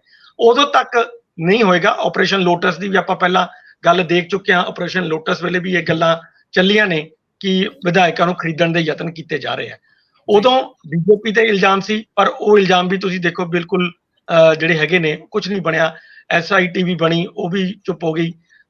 ਜਿਹੜੀ ਪਰਚਾ ਦਰਜ ਕਰਾਇਆ ਸੀ ਉਸ ਤੇ ਵੀ ਅੱਗੇ ਗੱਲ ਨਹੀਂ ਚੱਲੀ। ਸੋ ਸਭ ਕੁਝ ਉੱਥੇ ਹੀ ਹੈ, ਖਾਮੋਸ਼ੀ ਸਾਦੀ ਹੋਈ ਹੈ ਸਭ ਨੇ। ਉਹਨਾਂ ਦੇ ਵਿੱਚ ਜੇ ਹੁਣ ਵਿਦਿਨ ਪਾਰਟੀ ਜਿਹੜੀਆਂ ਨਾਰਾਜ਼ਗੀਆਂ ਨੂੰ ਬਾਜਵਾ ਸਾਹਿਬ ਜਿਹੜੀ ਹਵਾ ਦੇ ਰਹੇ ਆ, ਮੈਨੂੰ ਲੱਗਦਾ ਕਿ ਜਿਹੜਾ ਉਹਨਾਂ ਦਾ ਟਵੀਟ ਹੈ ਇਹ ਸਿਰਫ ਉਹੀ ਇੱਕ ਹਵਾ ਦੇਣ ਵਾਲਾ ਟਵੀਟ ਹੈ ਕਿ ਜਿਸ ਚ ਉਹਨਾਂ ਨੇ ਕਿਹਾ ਕਿ ਉਹਨਾਂ ਕੋਲ 32 MLA ਹੈਗੇ ਨੇ। ਸਭ ਤੋਂ ਵੱਡੀ ਗੱਲ ਇਹ ਹੋਊਗੀ ਰੰਧਾਵਾ ਸਾਹਿਬ, ਮੈਂ ਜਿਵੇਂ ਤੁਹਾਨੂੰ ਗੱਲ ਕਹਿ ਰਿਹਾ ਕਿ ਪਾਰਟੀਆਂ ਜੇ ਕੋਈ ਨਾਰਾਜ਼ ਹੈਗੇ ਵੀ ਨੇ 8, 10 ਜਾਂ 15, ਜਿਹਨੇ ਵੀ, ਮੈਂ ਗਿਣਤੀ ਚ ਨਹੀਂ ਜਾਣਾ ਚਾਹੁੰਦਾ ਵੀ ਕਿੰਨੇ ਹੈ, ਉਹਨਾਂ ਨੂੰ ਇੱਕ ਲੀਡਰ ਦੀ ਜ਼ਰੂਰਤ ਤਾਂ ਹੋਏਗੀ। ਔਰ ਅਜੇ ਤੱਕ ਮੈਨੂੰ ਨਹੀਂ ਲੱਗ ਰਿਹਾ ਕਿ ਆਮ ਆਦਮੀ ਪਾਰਟੀ ਚ ਕੋਈ ਵੀ ਇਹੋ ਜਿਹਾ ਬਗਾਵਤੀ ਝੰਡਾ ਚੱਕਣ ਵਾਲਾ ਕੋਈ ਬੰਦਾ ਹੈਗਾ, ਨਾ ਹੀ ਕਿਸੇ ਚ ਦਮ ਹੈਗਾ। ਹਜੇ ਉਹ ਇਸ ਕਰਕੇ ਸਭ ਮਤਲਬ ਤੇਲ ਦੇਖੋ ਤੇਲ ਦੀ ਧਾਰ ਦੇਖੋ ਵਾਲੀ ਸਥਿਤੀ ਚ ਨੇ। ਇੰਦਰਪ੍ਰੀਤ ਜੀ, ਰਿਜੈਂਟਮੈਂਟ ਅੰਦਰ ਹੈ, ਸਾਰਿਆਂ ਨੂੰ ਪਤਾ, ਖਾਸ ਤੌਰ ਤੇ ਪੱਤਰਕਾਰੀ ਹਲਕਿਆਂ ਦੇ ਵਿੱਚ ਸਭ ਨੂੰ ਇਹ ਅੰਦਾਜ਼ਾ ਹੈ, ਤੇ ਬਹੁਤੀ ਵਾਰੀ ਸਿਆਸਤ ਦੇ ਵਿੱਚ ਵੀ ਲੋਕਾਂ ਨੂੰ ਪਤਾ ਹੈ। ਔਰ ਇਹ ਰਿਜੈਂਟਮੈਂਟ ਇਸ ਕਰਕੇ ਵੀ ਆ ਕਿ ਮੁੱਖ ਮੰਤਰੀ ਕੋਲ ਸਮਾਂ ਬਹੁਤ ਘੱਟ ਹੈ ਆਪਣੇ MLAs ਨੂੰ ਮਿਲਣ ਦਾ। ਉਹਨਾਂ ਦੀ ਵਰਤੋਂ ਪਿਛਲੇ ਦਿਨਾਂ 'ਚ ਬਹੁਤ ਬਾਹਰ ਹੋਈ, ਪੰਜਾਬ ਤੋਂ ਬਾਹਰ, ਪੰਜਾਬ ਦੇ ਵਿੱਚ ਵੀ ਸਰਕਾਰੀ ਕੰਮਕਾਜ ਨੂੰ ਲੈ ਕੇ। ਔਰ ਕਿਤੇ ਤਾਂ ਇਹ ਵੀ ਗੱਲ ਹੋਣ ਲੱਗ ਪਈ ਸੀ ਕਿ ਕੈਪਟਨ ਅਮਰਿੰਦਰ ਸਿੰਘ ਵੀ ਕਦੇ ਡਿਨਰ ਲੰਚ ਦੀ ਰਣਨੀਤੀ ਕਰਦੇ ਰਹਿੰਦੇ ਸੀ। ਮਾਨ ਸਾਹਿਬ ਤੋਂ ਇਹ ਵੀ ਅਜੇ ਸਰ ਨਹੀਂ ਰਿਹਾ। ਦੂਜੇ ਬੰਨੇ ਉਹਨਾਂ ਦਾ ਛੱਪਾ ਬੜਾ ਖਤਰਨਾਕ ਪੈ ਗਿਆ। ਜਦੋਂ ਜਿੰਪੇ ਵਾਲੀ ਗੱਲ ਹੋਈ, ਤੁਹਾਨੂੰ ਯਾਦ ਹੋਣਾ, ਭਗਵੰਤ ਮਾਨ ਮੁੜ ਕੇ ਪਿਛਾਂ ਦੇਖਦੇ ਆ, ਅਗਲੇ ਦਾ ਸਾਹ ਸੁੱਕ ਜਾਂਦਾ। ਇੱਕ ਮੰਤਰੀ ਮਾਝੇ ਦਾ ਉਹਨੇ ਕੋਈ ਬਿਆਨ ਵੀ ਉਹਨੂੰ ਦਿੱਤਾ ਜਿਹੜਾ ਪਾਰਟੀ ਲਾਈਨ ਤੋਂ ਹਟਵਾ ਸੀ, ਉਹਨੂੰ ਇੱਥੋਂ ਤੱਕ ਵੀ ਸੁਣਨਾ ਪਿਆ ਕਿ ਝੰਡੀ ਵਾਲੀ ਕਾਰ ਰੱਖਣੀ ਹੈ ਕਿ ਨਹੀਂ ਰੱਖਣੀ। ਇਹ ਅੰਦਰ ਦੇ ਸਰੋਤ ਪੁਖਤਾ ਕਰਦੇ ਆ, ਇਹਦੀ ਪੁਸ਼ਟੀ ਨਹੀਂ ਕਰਦੇ। ਮੰਤਰੀਆਂ ਦੇ ਵਿੱਚ ਕੋਈ ਦਮਖਮ ਨਹੀਂ ਬਚਿਆ, ਕੋਈ ਗੱਲ ਕਰਨ ਨੂੰ ਤਿਆਰ ਨਹੀਂ। ਚੀਮਾ ਸਾਹਿਬ ਨੇ ਬਿਆਨ ਦਿੱਤਾ ਸੀ ਵੀ ਇਸ ਤਾਂ ਗੱਠਜੋੜ 'ਚ ਜਾ ਰਹੇ ਆ, ਅਗਲੇ ਦਿਨ ਇੱਕ ਦਿਨ ਛੱਡ ਕੇ ਇੱਕ ਜੂਨੀਅਰ ਮੰਤਰੀ ਤੋਂ ਚੀਮਾ ਸਾਹਿਬ ਨੂੰ ਸ਼ੀਸ਼ਾ ਵਿਖਾਤਾ ਗਿਆ। ਹੁਣ ਕੋਈ ਬੰਦਾ ਇਸ ਸਥਿਤੀ 'ਚ ਨਹੀਂ, ਅੰਦਰ ਇੱਕ ਰਿਜੈਂਟਮੈਂਟ ਹੈ ਪਰ ਉਹਨੂੰ ਬਾਹਰ ਨਿਕਲਣ ਲਈ ਕੋਈ ਰਸਤਾ ਨਹੀਂ, ਕੋਈ ਲੀਡਰ ਨਹੀਂ, ਕੋਈ ਕੁਝ ਨਹੀਂ ਹੈ। ਇਹ ਜਿਹੜੀ ਤੁਸੀਂ ਗੱਲ ਕਰ ਰਹੇ ਹੋ ਨਾ, ਭਗਵੰਤ ਮਾਨ ਨੇ ਕੁਝ ਸਮਾਂ ਪਹਿਲਾਂ ਇਹ ਕਿਹਾ ਸੀ, ਕੱਲ ਹੀ ਸ਼ਾਇਦ ਉਹਨਾਂ ਨੇ ਕਿਹਾ ਸੀ ਕਿ ਪ੍ਰਤਾਪ ਸਿੰਘ ਬਾਜਵਾ ਦੇ ਸੰਪਰਕ 'ਚ ਉਹਨਾਂ ਦਾ ਆਪਣਾ ਭਾਈ ਹੈਗਾ ਏ। ਅੱਗੇ ਪ੍ਰਸ਼ਨ ਚਿੰਨ੍ਹ ਆ ਉਹਨਾਂ ਦੇ ਟਵਿੱਟਰ ਤੇ, ਉਹ ਕਹਿੰਦੇ ਆ ਕਿ ਉਹ ਐਲਓਪੀ ਨੇ ਆਪਣੀ ਪਾਰਟੀ ਦੇ 17 ਵਿਧਾਇਕਾਂ ਦੀ ਮੀਟਿੰਗ ਸੱਦ ਕੇ ਦਿਖਾਉਣ। ਸਾਡੇ ਸੰਪਰਕ 'ਚ ਪੰਜਾਬ ਦੇ 3.5 ਕਰੋੜ ਲੋਕ ਨੇ। ਪ੍ਰਤਾਪ ਸਿੰਘ ਬਾਜਵਾ ਦੀ ਸੀਐਮ ਬਣਨ ਦੀ ਇੱਛਾ ਨੂੰ ਉਹਨਾਂ ਦੀ ਆਪਣੀ ਪਾਰਟੀ ਨੇ ਹੀ ਖਤਮ ਕਰ ਦਿੱਤਾ ਸੀ। ਉਹ ਇਹ ਗੱਲ ਦੇ ਜਵਾਬ ਵਿੱਚ ਇਹਨੂੰ ਨਾਲ ਟੈਗ ਕਰਕੇ ਪ੍ਰਤਾਪ ਸਿੰਘ ਬਾਜਵਾ ਲਿਖ ਰਿਹਾ ਕਿ ਭਗਵੰਤ ਸ਼ਾਹ ਵਹਿਮ ਨਾ ਕਰੋ, ਵਹਿਮ 'ਚ ਨਾ ਰਹੋ। ਮਤਲਬ ਇਹ ਸ਼ਾਹ ਵਾਲੀ ਕਿਹੜੀ ਰਾਜਨੀਤੀ ਆ? ਉਹ ਇਹਨਾਂ ਨੂੰ ਭਾਜਪਾ ਕਹਿੰਦੇ, ਪ੍ਰਤਾਪ ਸਿੰਘ ਭਾਜਪਾ ਹੀ ਲਿਖਿਆ, ਬਾਜਵਾ ਨਹੀਂ ਲਿਖਿਆ ਭਗਵੰਤ ਮਾਨ ਨੇ, ਪ੍ਰਤਾਪ ਸਿੰਘ ਭਾਜਪਾ। ਇਹ ਲਿਖਦੇ ਆ ਭਗਵੰਤ ਸ਼ਾਹ ਇਨਵਰਟਡ ਕਾਮਾ 'ਚ, ਵਹਿਮ 'ਚ ਨਾ ਰਹੋ। ਜੇਕਰ ਮੈਂ ਆਪਣੇ ਆਪ ਦੇ 32 ਵਿਧਾਇਕਾਂ ਦੇ ਨਾਮ ਲੈ ਦਿੱਤੇ ਜਿਹੜੇ ਮੇਰੇ ਸੰਪਰਕ 'ਚ ਹਨ ਤਾਂ ਤੁਹਾਡੇ ਪੈਰਾਂ ਥੱਲੇੋਂ ਜ਼ਮੀਨ ਖਿਸਕ ਜਾਣੀ ਹੈ। ਹੁਣ ਪੰਜਾਬ ਦੇ 3.5 ਕਰੋੜ ਲੋਕ ਜਿਹੜੇ 1.5 ਸਾਲ ਪਹਿਲਾਂ ਤੁਹਾਡੇ ਤੇ ਫੁੱਲ ਵਰਸਾਉਂਦੇ ਸੀ, ਹੁਣ ਤਾਂ ਉਹ ਤੁਹਾਡੇ ਫੁੱਲ ਪਾਉਣ ਨੂੰ ਫਿਰਦੇ ਨੇ। ਹੁਣ ਦੱਸੋ ਰਾਜਨੀਤੀ ਇੱਥੋਂ ਤੱਕ ਚਲੇਗੀ? ਬਿਨਾਂ ਸੁਰੱਖਿਆ ਦੇ ਪੰਜਾਬ ਦੇ ਪਿੰਡਾਂ 'ਚ ਘੁੰਮ ਕੇ ਤਾਂ ਵੇਖੋ ਮਹਾਰਾਜਾ ਸਤੌਜ। ਸੋ ਇਹ ਇਹਨਾਂ ਦੀ ਰਾਜਨੀਤੀ ਆ। ਪਰ ਜਿਹੜੇ ਐਮਐਲਏਸ ਦੇ ਵਿੱਚ ਰੋਸ ਹੈ, ਉਹ ਖਬਰ ਬੜੀ ਅਹਿਮ ਆ। ਭਾਸਕਰ ਸਾਹਿਬ ਨੂੰ ਨਾਲ ਹੀ ਸ਼ਾਮਲ ਕਰ ਲਾਂਗੇ, ਸ਼ੁਰੂ ਤੁਸੀਂ ਕਰ ਦਿਓ ਇੰਦਰਪ੍ਰੀਤ ਜੀ। ਇਹ ਖਬਰ ਇਹ ਆ ਕਿ ਤਰਨਤਾਰਨ ਦੇ ਵਿੱਚ, ਹਾਂ ਭਾਸਕਰ ਸਾਹਿਬ ਤੁਸੀਂ ਲੈ ਲਿਓ, ਤਰਨਤਾਰਨ ਦੇ ਵਿੱਚ ਜਦੋਂ ਮਨਜਿੰਦਰ ਸਿੰਘ ਲਾਲਪੁਰਾ ਜਿਹੜੇ ਤਰਨਤਾਰਨ ਜ਼ਿਲ੍ਹੇ ਦੇ ਖਡੂਰ ਸਾਹਿਬ ਹਲਕਾ ਤੋਂ ਆਉਂਦੇ ਨੇ, ਜਦੋਂ ਉਹਨਾਂ ਦਾ ਗੁਰਮੀਤ ਚੌਹਾਨ ਐਸਐਸਪੀ ਸਾਬਕਾ ਨਾਲ ਪੰਗਾ ਪਿਆ ਤਾਂ ਉਹਨਾਂ ਨੂੰ ਇੱਕਦਮ ਇੰਜ ਲੱਗਿਆ ਸਰਕਾਰ ਵੱਲੋਂ ਕਿ ਪੂਰਾ ਸਪੋਰਟ ਮਿਲ ਗਈ ਆ ਤੇ ਜਿਹੜਾ ਤੰਤਰ ਸੀ ਪ੍ਰਸ਼ਾਸਨਿਕ, ਉਹਨੂੰ ਸ਼ੀਸ਼ਾ ਵਿਖਾ ਕੇ ਬਾਹਰ ਰਸਤਾ। ਲੋਕ ਕਹਿਣ ਲੱਗੇ ਅੱਛਾ ਮਨਜਿੰਦਰ ਸਿੰਘ ਲਾਲਪੁਰਾ ਦਾ ਕੱਦ ਏਡਾ ਵੱਡਾ ਹੋ ਗਿਆ। ਨਹੀਂ, ਇਸ ਤੋਂ ਪਹਿਲਾਂ ਕਸ਼ਮੀਰ ਸਿੰਘ ਸੋਲ ਤਰਨਤਾਰਨ ਹਲਕੇ ਦੇ ਵਿਧਾਇਕ, ਪੂਰੇ ਸ਼ਹਿਰ ਵਾਲਾ ਹਲਕਾ ਜਿਹੜਾ ਉਹਦੇ ਵਿਧਾਇਕ, ਉਹਨਾਂ ਨੇ ਇਸੇ ਐਸਐਸਪੀ ਦੇ ਖਿਲਾਫ ਇੱਕ ਸ਼ਿਕਾਇਤ ਕੀਤੀ ਹੋਈ ਸੀਗੀ।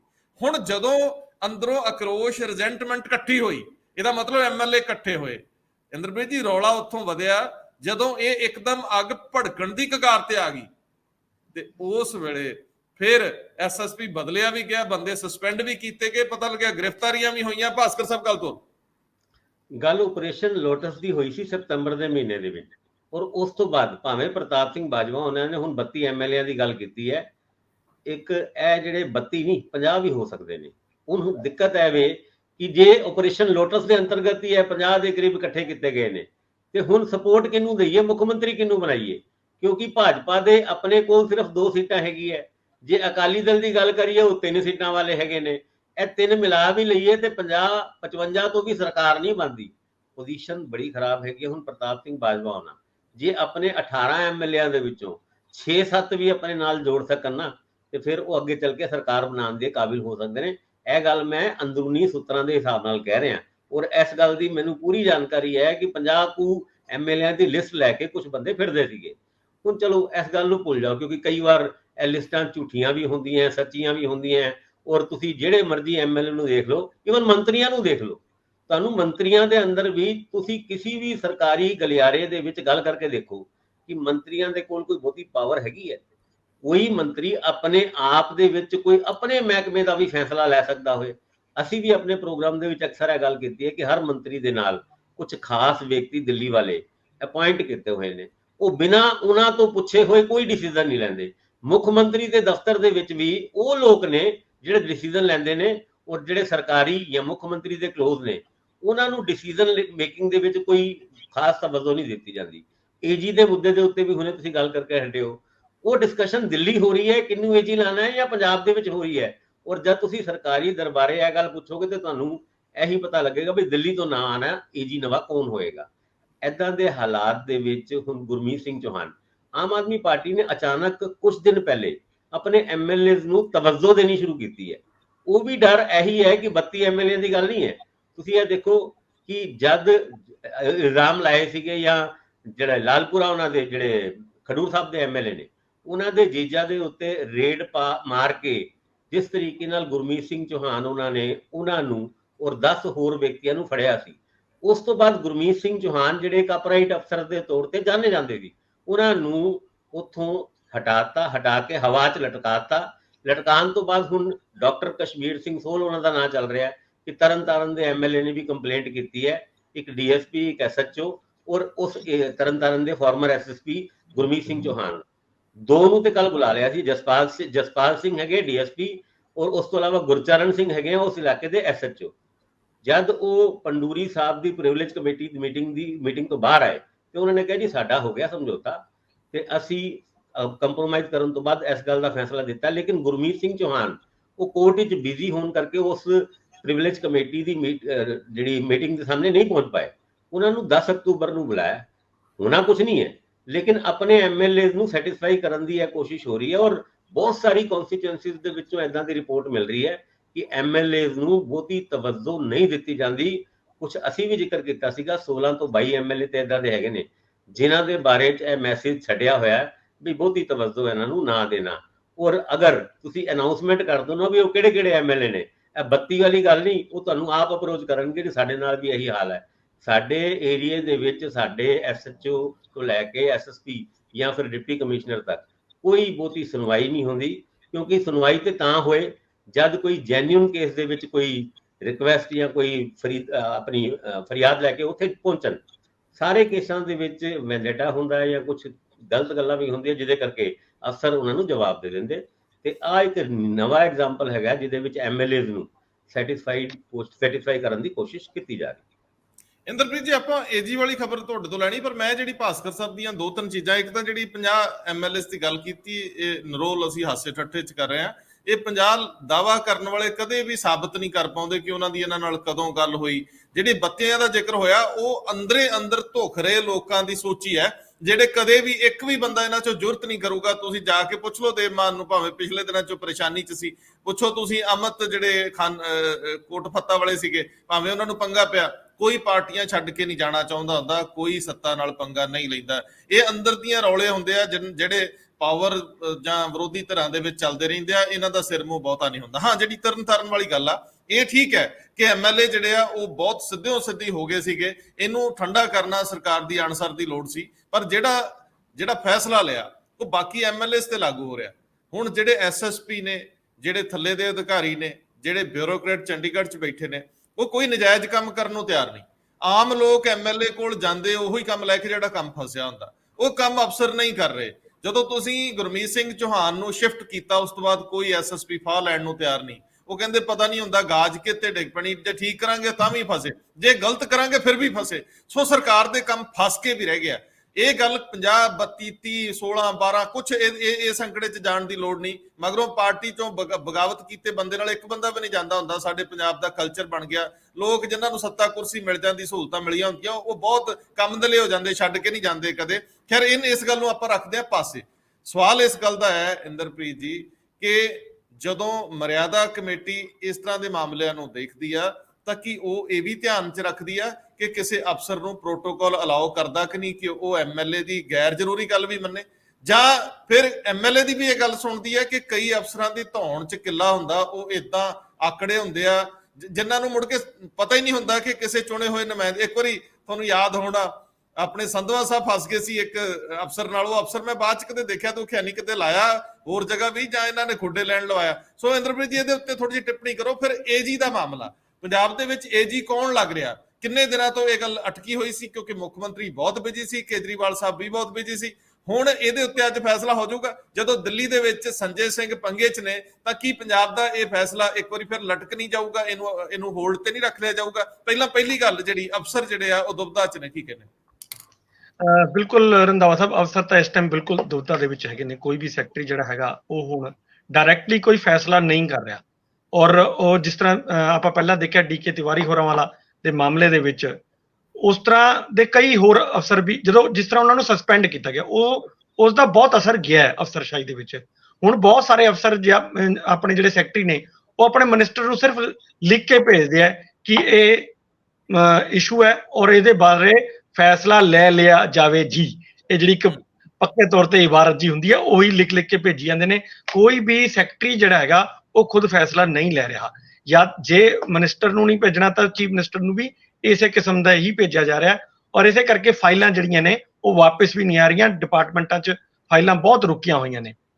ਕਿਉਂਕਿ ਮਿਨਿਸਟਰ ਵੀ ਫੈਸਲਾ ਤਾਂ ਲੈ ਨਹੀਂ ਰਹੇ, ਮਿਨਿਸਟਰ ਵੀ ਉਹਨਾਂ ਨੂੰ ਵੀ ਪਤਾ ਵੀ ਕੱਲ ਨੂੰ ਅਸੀਂ ਫਸ ਜਾਾਂਗੇ, ਜੇ ਸੈਕਟਰੀ ਲਿਖ ਕੇ ਭੇਜੇ ਤਾਂ ਹੀ ਠੀਕ ਹੈ। ਸੋ ਜਿਹੜਾ ਕੰਮ ਹੈਗਾ ਉਹ ਸਟੈਂਡ ਸਟਿਲ ਹੁੰਦਾ ਜਾ ਰਿਹਾ, ਔਰ ਅੱਗੇ ਇਹ ਹੋਰ ਵੀ ਦਿੱਕਤ ਹੋਏਗੀ, ਕਿਉਂਕਿ 5-6 ਮਹੀਨੇ ਬਾਅਦ ਤਾਂ ਇਲੈਕਸ਼ਨ ਹੀ ਆ ਜਾਣੇ ਨੇ ਲੋਕ ਸਭਾ ਦੇ, ਤਾਂ ਫਿਰ ਬਹੁਤ ਜ਼ਿਆਦਾ ਦਿੱਕਤ ਹੋਏਗੀ। ਯਾਨੀ ਸਰਕਾਰ ਕੋਲੇ ਕੰਮ ਕਰਨ ਦਾ ਹੁਣੀ ਟਾਈਮ ਸੀ ਜਿਹਦੇ ਵਿੱਚ ਇਹ ਪੇਚੀਦਗੀਆਂ ਫਸ ਗਈਆਂ ਨੇ, ਅਫਸਰ ਕੰਮ ਨਹੀਂ ਕਰ ਰਹੇ ਜਾਂ ਇੰਟਰਸਟ ਨਹੀਂ ਲੈ ਰਹੇ।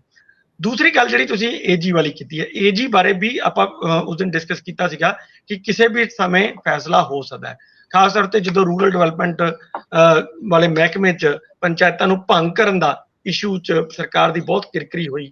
ਉਸ ਤੋਂ ਬਾਅਦ ਇਹ ਤੈਅ ਹੋ ਗਿਆ ਸੀਗਾ ਕਿ ਇਸ ਕੇਸ ਨੂੰ ਲੜਿਆ ਜਾਣਾ ਚਾਹੀਦਾ ਸੀਗਾ, ਆਪਾਂ ਬਹੁਤ ਜਲਦੀ ਸਰੈਂਡਰ ਕਰਤਾ, ਤੇ ਉਸ ਤੋਂ ਹੁਣ ਲੱਗ ਰਿਹਾ ਕਿ ਏਜੀ ਤੋਂ ਦੇ ਕੰਮਕਾਰ ਤੋਂ ਮਤਲਬ ਸਰਕਾਰ ਖੁਸ਼ ਨਹੀਂ ਹੈ। ਇਸ ਕਰਕੇ ਏਜੀ ਜਿਹੜਾ ਹੁਣ ਉਹ ਇਹੋ ਜਿਹਾ ਲੱਭਿਆ ਜਾਏਗਾ ਜਿਹੜਾ ਸਰਵਿਸ ਮੈਟਰ ਜ਼ਿਆਦਾ, ਮਤਲਬ ਕਿਉਂਕਿ ਸਰਕਾਰ ਦੇ ਜਿਹੜੇ ਜਿੰਨੇ ਵੀ ਕੰਮ ਹੁੰਦੇ ਆ ਉਹ ਸਰਵਿਸ ਮੈਟਰ ਨਾਲ ਸੰਬੰਧਿਤ ਕੰਮ ਹੁੰਦੇ ਆ, ਤਾਂ ਕਿਉਂਕਿ ਇਹ ਜਿਹੜੇ ਇਸ ਟਾਈਮ ਮੌਜੂਦਾ ਏਜੀ ਨੇ ਉਹ ਕ੍ਰਿਮੀਨਲ ਲਾਇਰ ਨੇ, ਉਹਨਾਂ ਦਾ ਕ੍ਰਾਈਮ ਦੇ ਕੇਸਾਂ ਦੇ ਉੱਤੇ ਤਾਂ ਬਹੁਤ ਚੰਗੀ ਪਕੜ ਹੈਗੀ ਆ, ਲੇਕਿਨ ਜਿਹੜੇ ਸਰਵਿਸ ਮੈਟਰ ਨੇ ਉਹ ਮਤਲਬ ਉਹਨਾਂ 'ਚ ਸਰਕਾਰ ਨੂੰ ਮਾਤ ਖਾਣੀ ਪੈ ਰਹੀ ਹੈ, ਬਾਰ-ਬਾਰ ਮਾਤ ਖਾਣੀ ਪੈ ਰਹੀ ਹੈ। ਇਸ ਕਰਕੇ ਹੁਣ ਇੱਕ ਇਹ ਵਿਚਾਰ ਚੱਲ ਰਿਹਾ ਹੈ ਵੀ ਸਰਵਿਸ ਵਾਲਾ ਬੰਦਾ ਹੀ ਲਾਇਆ ਜਾਏ ਜਿਹੜਾ ਸਰਵਿਸ ਮੈਟਰ ਡੀਲ ਚੰਗੀ ਤਰ੍ਹਾਂ ਕਰ ਸਕੇ। ਤਾਂ ਦੋ ਨਾਂ ਜਿਹੜੇ ਹੈਗੇ ਨੇ, ਇੱਕ ਤਾਂ ਗੈਰੀ ਦਾ ਨਾਂ ਚੱਲਿਆ, ਗੁਰਵਿੰਦਰ ਗੈਰੀ, ਔਰ ਇੱਕ ਅਕਸ਼ੇ ਭਾਨ, ਜਿਹੜੇ ਇਹ ਦੋ ਨਾਂ ਬਹੁਤ ਜ਼ੋਰਦਾਰ ਢੰਗ ਨਾਲ ਚੱਲ ਰਹੇ, ਤੇ ਕਿਹਾ ਜਾ ਰਿਹਾ ਵੀ ਅੱਜ ਦੁਪਹਿਰ ਤੱਕ ਇਹਦੇ ਉੱਤੇ ਕੋਈ ਨਾ ਕੋਈ ਫੈਸਲਾ ਹੋ ਜਾਏਗਾ।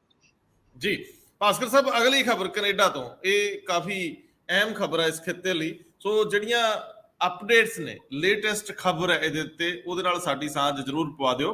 ਤਲਖੀ ਕੁਝ ਘਟੀ ਕਿ ਨਹੀਂ, ਜਦੋਂ ਇਹ ਡਿਪਲੋਮੈਟ ਫਾਈਨੈਂਸ਼ੀਅਲ ਟਾਈਮਸ ਦੀ ਰਿਪੋਰਟ ਸੀਗੀ, ਬੜੀ ਅਥੈਂਟਿਕ ਰਿਪੋਰਟਿੰਗ ਉਹ ਕਰਦੇ ਆ।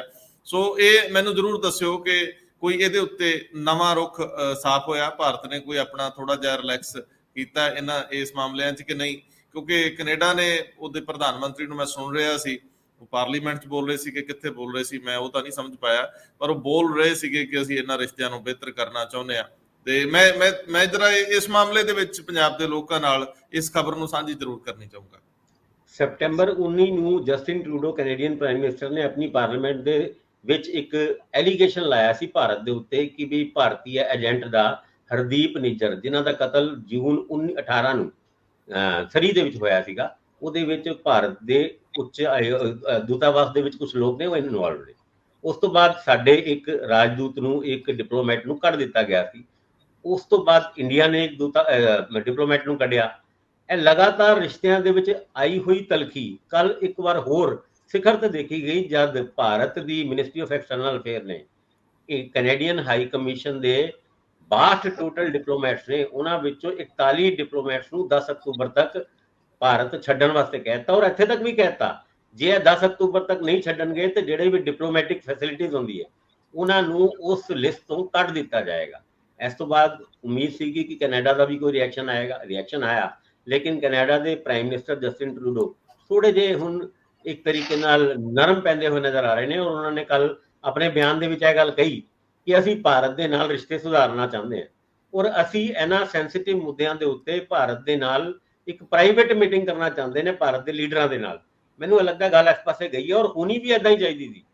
ਜਿਹੜੀ ਸਪੀਚ ਜਸਟਿਨ ਟਰੂਡੋ ਨੇ ਪਾਰਲੀਮੈਂਟ ਦੇ ਵਿੱਚ ਦਿੱਤੀ ਸੀ, ਜੇ ਭਾਰਤ ਦੇ ਅਫਸਰਾਂ ਨਾਲ ਜਾਂ ਭਾਰਤ ਦੇ ਨਾਲ ਇੱਕ ਪ੍ਰਾਈਵੇਟ ਤਰੀਕੇ ਨਾਲ ਗੱਲ ਕਰਕੇ ਇਸ ਮਸਲੇ ਨੂੰ ਹੱਲ ਕੀਤਾ ਜਾ ਸਕਦਾ ਸੀਗਾ, ਤੇ ਫਿਰ ਇੱਥੇ ਤੱਕ ਨੌਬਤ ਆਣੀ ਹੀ ਨਹੀਂ ਸੀ। ਇਹ ਨਰਮੀ ਔਰ ਜਿੱਥੇ ਤੱਕ ਯੂਐਸ ਦਾ ਸਟੈਂਡ ਹੈ ਉਹ ਹਜੇ ਵੀ ਇਹੀ ਹੈ ਕਿ ਵੀ ਭਾਰਤ ਨੂੰ ਸਪੋਰਟ ਕਰਨਾ ਚਾਹੀਦਾ, ਭਾਰਤ ਨੂੰ ਇੱਕ ਤਰੀਕੇ ਨਾਲ ਸਹਿਯੋਗ ਕਰਨਾ ਚਾਹੀਦਾ ਹੈ। ਉਹੀ ਸਟੇਟਮੈਂਟ ਉਹਨਾਂ ਨੇ ਅੱਜ ਵੀ ਆਪਣੀ ਦੁਹਰਾਈ ਹੈ। ਪਰ ਇਹਨਾਂ ਸਾਰੀ ਗੱਲਾਂ ਦੇ ਵਿੱਚ ਬੰਗਲਾਦੇਸ਼ ਤੇ ਸ਼੍ਰੀਲੰਕਾ, ਉਹਨਾਂ ਦੋ ਦੇਸ਼ਾਂ ਨੇ ਵੀ ਆਰੋਪ ਲਾਇਆ ਕੈਨੇਡਾ ਦੇ ਉੱਤੇ ਕਿ ਸਾਡੇ ਦੇਸ਼ ਦੇ ਵਿੱਚ ਵਾਂਟਡ ਜਿਹੜੇ ਟੈਰਰਿਸਟ ਨੇ ਉਹ ਕੈਨੇਡਾ ਦੇ ਵਿੱਚ ਸ਼ਰਨ ਲੈ ਕੇ ਬੈਠੇ ਹੋਏ ਨੇ, ਔਰ ਜਿੱਦਾਂ ਦਾ ਆਰੋਪ ਭਾਰਤ ਨੇ ਲਾਇਆ ਸੀਗਾ, ਕਿਉਂਕਿ ਭਾਰਤ ਔਰ ਕੈਨੇਡਾ ਦੇ ਰਿਸ਼ਤਿਆਂ ਦੇ ਵਿੱਚ ਆਈ ਤਲਖੀ ਦੀ ਵਜ੍ਹਾ ਹੀ ਹੈ ਵੇ ਕਿ ਕੈਨੇਡਾ ਨੇ ਉਹਨਾਂ ਲੋਕਾਂ ਨੂੰ ਸ਼ਰਨ ਦਿੱਤੀ ਹੈ ਜੋ ਭਾਰਤ ਦੇ ਵਿੱਚ ਕ੍ਰਿਮੀਨਲ ਰਿਕਾਰਡ ਦੇ ਹਿਸਾਬ ਨਾਲ ਵਾਂਟਡ ਹੈਗੇ ਨੇ, ਔਰ ਬਹੁਤ ਸਾਰੀ ਰਿਕਵੈਸਟਾਂ ਤੋਂ ਦੇਣ ਤੋਂ ਬਾਅਦ ਵੀ ਕੈਨੇਡਾ ਨੇ ਉਹਨਾਂ ਮੁੱਦਿਆਂ ਦੇ ਉੱਤੇ ਕੋਈ ਐਕਸ਼ਨ ਨਹੀਂ ਲਿੱਤਾ।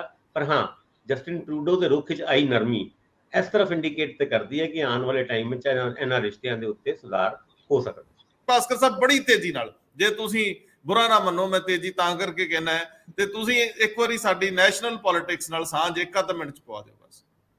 ਜਿੱਥੇ ਤੱਕ ਨੈਸ਼ਨਲ ਪੋਲਿਟਿਕਸ ਦੀ ਗੱਲ ਹੈਗੀ ਹੈ ਤੇ ਸਾਡੇ ਪ੍ਰਧਾਨ ਮੰਤਰੀ, ਜਿਸ ਤਰ੍ਹਾਂ ਇੰਦਰਪ੍ਰੀਤ ਉਹਨਾਂ ਨੇ ਪਹਿਲੇ ਵੀ ਦੱਸਿਆ ਕਿ ਤੇਲੰਗਾਨਾ ਦੇ ਦੌਰੇ ਦੇ ਵਿੱਚ ਉਹਨਾਂ ਨੇ ਆਪਣੀ ਰਾਜਨੀਤਿਕ ਭਾਸ਼ਣ ਦੇ ਵਿੱਚ ਇੱਕ ਗੱਲ ਕਹਿਤੀ ਔਰ ਗੱਲ ਖਿਲਰ ਗਈ ਉੱਥੇ, ਜਦ ਉਹ ਕਹਿੰਦੇ ਨੇ ਕਿ ਕੇਸੀਆਰ ਜੇ ਉੱਥੇ ਦੇ ਮੁੱਖ ਮੰਤਰੀ ਨੇ, ਇਹ ਦਿੱਲੀ ਆਏ ਸੀ 2020 ਦੇ ਵਿੱਚ ਔਰ ਮੇਰੇ ਸਾਹਮਣੇ ਹੱਥ ਜੋੜ ਕੇ ਖੜੇ ਸੀਗੇ ਤੇ ਕਹਿੰਦੇ ਸੀਗੇ ਕਿ ਮੈਨੂੰ ਐਨਡੀਏ ਦੇ ਵਿੱਚ ਸ਼ਾਮਿਲ ਕਰ ਲਓ। ਔਰ ਉਹ ਮੌਕਾ ਸੀਗਾ ਜਦ ਗ੍ਰੇਟਰ ਹੈਦਰਾਬਾਦ ਦੇ ਮਿਊਨਿਸਪਲ ਕਾਰਪੋਰੇਸ਼ਨ ਦੇ ਇਲੈਕਸ਼ਨ ਸੀਗੇ ਔਰ ਭਾਜਪਾ ਨੇ ਆਪਣੇ ਬਲਬੂਤੇ ਦੇ ਉੱਤੇ 48 ਸੀਟਾਂ ਜਿੱਤੀ ਸੀ 150 ਦੇ ਵਿੱਚੋਂ। ਬਿਨਾਂ ਭਾਜਪਾ ਦੀ ਸਪੋਰਟ ਤੋਂ ਉੱਥੇ ਮੇਅਰ ਨਹੀਂ ਬਣਦਾ ਸੀਗਾ ਕੇਸੀਆਰ ਉਹਨਾਂ ਦੀ ਪਾਰਟੀ ਦਾ, ਪਰ ਕਹਿੰਦੇ ਮੈਂ ਬਿਲਕੁਲ ਨਾ ਕਰਤੀ ਸੀ ਉਸ ਵਕਤ, ਇਸ ਕਰਕੇ ਕਿ ਅਸੀਂ ਨਹੀਂ ਚਾਹੁੰਦੇ ਕਿ ਸਾਡੇ ਨਾਲ ਕੋਈ ਕਰਪਟ ਬੰਦੇ ਦੇਖੇ ਜਾਣ। ਔਰ ਉਸ ਤੋਂ ਬਾਅਦ ਦੁਬਾਰਾ ਅਪਰੋਚ ਕੀਤਾ ਸੀ ਪ੍ਰਧਾਨ ਮੰਤਰੀ ਨਰਿੰਦਰ ਮੋਦੀ ਉਹਨਾਂ ਨੂੰ ਕੇਸੀਆਰ ਨੇ ਕਿ ਮੇਰੇ ਮੁੰਡੇ ਨੂੰ ਆਸ਼ੀਰਵਾਦ ਦੋ ਤੇ ਤੁਹਾਡੇ ਕੋਲ ਲੈ ਕੇ ਆਣਾ ਹੈ, ਉਹਦੇ ਉੱਤੇ ਵੀ ਉਹਨਾਂ ਨੇ ਨਾ ਕਰਤੀ ਸੀ। ਪਰ ਇਸ ਮੁੱਦੇ ਦੇ ਉੱਤੇ ਤੇਲੰਗਾਨਾ ਦੇ ਵਿੱਚ ਰਾਜਨੀਤੀ ਸਿਖਰ ਤੇ ਪਹੁੰਚ ਗਈ ਹੈ ਜਦ ਕੇਸੀਆਰ ਔਰ ਉਹਨਾਂ ਦੇ ਬੇਟੇ ਨੇ ਉਹਨੂੰ ਸਫੇਦ ਝੂਠ ਦੱਸਿਆ ਔਰ ਇਹ ਗੱਲ ਕੀਤੀ ਕਿ ਵੀ ਅਸੀਂ ਕਦੀ ਵੀ ਇਸ ਤਰੀਕੇ ਦੀ ਅਪਰੋਚ ਨਹੀਂ ਕੀਤੀ। ਯਾਨੀ ਰਾਜਨੀਤੀ ਦਾ ਲੈਵਲ ਕਿੱਥੇ ਜਾ ਰਿਹਾ, ਤੁਸੀਂ ਇਸ ਗੱਲ ਦਾ ਇੰਡੀਕੇਸ਼ਨ ਤੁਹਾਨੂੰ ਮਿਲ ਸਕਦਾ ਹੈ ਕਿ ਆਉਣ ਵਾਲੇ ਟਾਈਮ ਵਿੱਚ ਬੰਦ ਕਮਰਿਆਂ ਦੇ ਵਿੱਚ ਹੋਈਆਂ ਮੀਟਿੰਗ, ਕਿਉਂਕਿ ਬਾਜਵਾ ਸਾਹਿਬ ਦੇ ਬਾਰੇ ਚ ਜਿਸ ਤਰੀਕੇ ਨਾਲ ਭਗਵੰਤ ਮਾਨ ਉਹਨਾਂ ਨੇ ਪਿਛਲੇ ਦਿਨਾਂ ਦੇ ਵਿੱਚ ਕਿਹਾ ਸੀਗਾ, ਇਹ ਤੇ ਮੇਰੇ ਕੋਲ ਵੀ ਆਏ ਸੀ ਕਿ ਮੁੱਖ ਮੰਤਰੀ ਬਣਾ ਦਿਓ, ਤੇ ਅਸੀਂ ਨਹੀਂ ਕੀਤਾ ਤੇ ਹੁਣ ਉੱਥੇ ਚਲੇ ਗਏ। ਇਹ ਸਾਰੀ ਅੰਦਰ ਕਮਰਿਆਂ ਵਾਲੀ ਗੱਲਾਂ ਇਲੈਕਸ਼ਨਾਂ ਦੇ ਵਿੱਚ ਹੁਣ ਸਟੇਜਾਂ ਤੋਂ ਕਹੀ ਜਾਣਗੀਆਂ, ਇਹ ਇੱਕ ਇੰਡੀਕੇਸ਼ਨ ਹੈਗੀ ਆ। ਦੂਜੇ ਪਾਸੇ ਉਹ ਐਸੋਸੀਏਟ ਆਫ ਡੈਮੋਕ੍ਰੈਟਿਕ ਰਿਫਾਰਮ ਤੇ ਨੈਸ਼ਨਲ ਇਲੈਕਸ਼ਨ ਵਾਚ, ਉਹਨਾਂ ਨੇ ਪਿਛਲੇ ਦਿਨਾਂ ਦੇ ਵਿੱਚ ਸਰਵੇ ਕੀਤਾ ਔਰ ਸੁਪਰੀਮ ਕੋਰਟ ਜਿਸ ਤਰੀਕੇ ਨਾਲ ਹੇਟ ਸਪੀਚ ਦੇ ਮੁੱਦੇ ਦੇ ਉੱਤੇ ਕਾਫੀ ਸੀਰੀਅਸ ਨਜ਼ਰ ਆਇਆ, ਉਹਨਾਂ ਨੇ ਇੱਕ ਆંકੜਾ ਦਿੱਤਾ ਹੈ ਕਿ 107 ਦੇ ਕਰੀਬ ਐਮਐਲਏ ਔਰ ਐਮਪੀਜ਼ ਇਦਾਂ ਦੇ ਹੈਗੇ ਨੇ ਜਿਨ੍ਹਾਂ ਦੇ ਖਿਲਾਫ ਹੇਟ ਸਪੀਚ ਦਾ ਕੇਸ ਚੱਲਦਾ। ਔਰ ਇਹਦਾ ਆંકੜਾ ਦੇਖੀਏ, ਚਲੋ ਯੂਪੀ ਬਿਹਾਰ ਤੇ ਕਈ ਲੀਡਰ ਇਦਾਂ ਦੇ ਕੇਸ ਦੇ ਵਿੱਚ ਹੈਗੇ ਨੇ। 480 ਕੈਂਡੀਡੇਟ ਪਿਛਲੇ 5 ਸਾਲਾਂ ਦੇ ਵਿੱਚ ਇਦਾਂ ਦੇ ਇਲੈਕਸ਼ਨ ਲੜਿਆ ਜੋ ਹੇਟ ਸਪੀਚ ਦੇ ਕੇਸਾਂ ਦੇ ਵਿੱਚ ਦਾਇਰੇ ਦੇ ਵਿੱਚ ਆਉਂਦੇ ਨੇ। ਹੁਣ ਪੰਜਾਬ ਦੇ ਵੀ 3 ਐਮਪੀਜ਼ ਦਾ ਜ਼ਿਕਰ ਹੈਗਾ ਜੋ ਹੇਟ ਸਪੀਚ ਦੇ ਇੱਕ ਤਰੀਕੇ ਨਾਲ ਐਲੀਗੇਸ਼ਨ ਤੋਂ ਘਿਰੇ ਹੋਏ ਨੇ। ਚਲੋ ਇਸ ਆંકੜੇ ਤੋਂ ਬਾਅਦ ਜੇ ਗੱਲ ਕਰੀਏ ਦਿੱਲੀ ਦੀ, ਤੇ ਟੀਐਮਸੀ ਵਾਲੇ ਲੀਡਰ ਦਿੱਲੀ ਗਏ ਹੋਏ ਸੀ ਕ੍ਰਿਸ਼ੀ ਭਵਨ ਦੇ ਸਾਹਮਣੇ, ਉਹਨਾਂ ਨੇ ਆਪਣਾ ਇੱਕ ਪ੍ਰੋਟੈਸਟ ਕੀਤਾ ਪਰ ਉੱਥੇ ਫੜੋ ਫੜਾਈ ਹੋ ਗਈ ਤੇ ਉਹਨਾਂ ਨੂੰ ਮੰਤਰੀ ਦੇ ਦਫ਼ਤਰ ਦੇ ਸਾਹਮਣੇ ਹਟਾਣਾ ਪਿਆ, ਕੁਝ ਨੂੰ ਡਿਟੇਨ ਵੀ ਕਰਨਾ ਪਿਆ। ਇਹ ਵੀ ਗੱਲ ਸਾਹਮਣੇ ਆਈ ਹੈ। ਪਰ ਇੱਕ ਮਹਾਰਾਸ਼ਟਰ ਤੋਂ ਵੀ ਖਬਰ ਆਈ ਜਿਹਦੇ ਵਿੱਚ ਅਜੀਤ ਪਵਾਰ ਜੋ ਕਈ ਵਾਰ ਰਾਤ ਨੂੰ ਸਹੁੰ ਚੱਕਦੇ ਆ ਤੇ ਸਵੇਰੇ ਘਰ ਵਾਪਸੀ ਹੋ ਜਾਂਦੀ ਹੈ, ਉਹਨਾਂ ਦੀ ਵੀ ਘਰ ਵਾਪਸੀ ਦਾ ਜ਼ਿਕਰ ਅੱਜ ਕੱਲ ਨੈਸ਼ਨਲ ਪੋਲਿਟਿਕਸ ਦੇ ਵਿੱਚ ਚੱਲ ਰਿਹਾ, ਕਿਉਂਕਿ ਦਿੱਲੀ ਆ ਰਹੇ ਸੀਗੇ ਏਕਨਾਥ ਸ਼ਿੰਡੇ ਉਹਨਾਂ ਤੇ ਨਾਲ ਉਹਨਾਂ ਦੇ ਡਿਪਟੀ ਚੀਫ ਮਿਨਿਸਟਰ ਬੀਜੇਪੀ ਦੇ ਪੁਰਾਣੇ ਮੁੱਖ ਮੰਤਰੀ। ਪਰ ਅਜੀਤ ਪਵਾਰ ਨੇ ਕਿਹਾ ਮੇਰੀ ਹੈਗੀ ਹੈ ਤਬੀਅਤ ਖਰਾਬ, ਮੈਂ ਨਹੀਂ ਜਾਣਾ। ਪਰ ਨਾਲ ਦੇ ਨਾਲ ਉਹ ਐਨਸੀਪੀ ਦੇ ਲੀਡਰਾਂ ਦੇ ਨਾਲ ਮਿਲਦੇ ਦੇਖੇ ਗਏ ਔਰ ਸੁਪਰੀਆ ਸੁਲੇ ਦੇ ਇਸ ਬਿਆਨ ਨੇ ਕਿ ਵੀ ਹੁਣ ਤਿੰਨ ਇੰਜਨ ਵਾਲੀ ਸਰਕਾਰ ਹੈ, ਉਹਦੇ ਵਿੱਚ ਇੱਕ ਇੰਜਨ ਦੇ ਵਿੱਚ ਕੋਈ ਖਰੂਬੀ ਜੀ ਆ ਗਈ ਹੈ। ਇਹ ਵੀ ਇੱਕ ਬਿਆਨ ਬੜਾ ਜ਼ਬਰਦਸਤ ਹੈ। ਔਰ ਕਾਸਟ ਸੈਂਸਸ ਦੇ ਉੱਤੇ ਵੀ ਰਾਜਨੀਤੀ ਪੂਰੇ ਦੇਸ਼ ਦੇ ਵਿੱਚ ਗਰਮਾਈ ਹੋਈ ਹੈ। ਭਾਜਪਾ ਨੇ ਹੁਣ ਇਹ ਗੱਲ ਤੋੜਤੀ ਹੈ, ਖਾਸ ਕਰਕੇ ਪ੍ਰਧਾਨ ਮੰਤਰੀ ਨਰਿੰਦਰ ਮੋਦੀ ਉਹਨਾਂ ਨੇ, ਕਿ ਜੇ ਤੁਸੀਂ ਇਹ ਕਹਿੰਦੇ ਹੋ ਕਿ ਜਿੰਨੇ ਜਨਸੰਖਿਆ ਉਹਨਾਂ ਹੱਕ, ਤੇ ਫਿਰ ਹਿੰਦੂ ਵੀ ਅਗਰ ਆਪਣਾ ਹੱਕ ਮੰਗਣ ਤੇ ਆ ਗਏ ਤੇ ਇਹ ਗੱਲ ਕਿੱਥੇ ਜਾ ਕੇ ਖੜੀ ਹੋਏਗੀ। ਅਭਿਸ਼ੇਕ ਮਨੂ ਸਿੰਘ ਵੀ ਉਹਨਾਂ ਨੇ ਤੇ ਆਪਣੇ ਪ੍ਰਧਾਨ ਪਾਰਟੀ ਦੇ ਰਾਹੁਲ ਗਾਂਧੀ ਉਹਨਾਂ ਦੇ ਕਾਸਟ ਸੈਂਸਸ ਦੇ ਮੁੱਦੇ ਦੇ ਉੱਤੇ ਇੱਕ ਟਿੱਪਣੀ ਕੀਤੀ, ਅੱਧੇ ਘੰਟੇ ਬਾਅਦ ਉਹ ਟਿੱਪਣੀ ਹਟਾ ਵੀ ਦਿੱਤੀ ਸੀਗੀ। ਮਾਇਆਵਤੀ ਨੇ ਮੰਗ ਕੀਤੀ ਹੈ ਇਦਾਂ ਦਾ ਕਾਸਟ ਸੈਂਸਸ ਯੂਪੀ ਦੇ ਵਿੱਚ ਵੀ ਹੋਏ ਤਾਂ ਕਿ ਜਿਹੜੇ ਬਹੁਜਨ ਸਮਾਜ ਹੈ ਉਹਨਾਂ ਨੂੰ ਆਪਾਂ ਕੋਈ ਨਿਆਂ ਦੇ ਸਕੀਏ, ਉਹ ਸਾਨੂੰ ਵੋਟ ਦੇਣਗੇ, ਅਸੀਂ ਉਹਨਾਂ ਨੂੰ ਨਿਆਂ ਦਿਵਾਵਾਂਗੇ।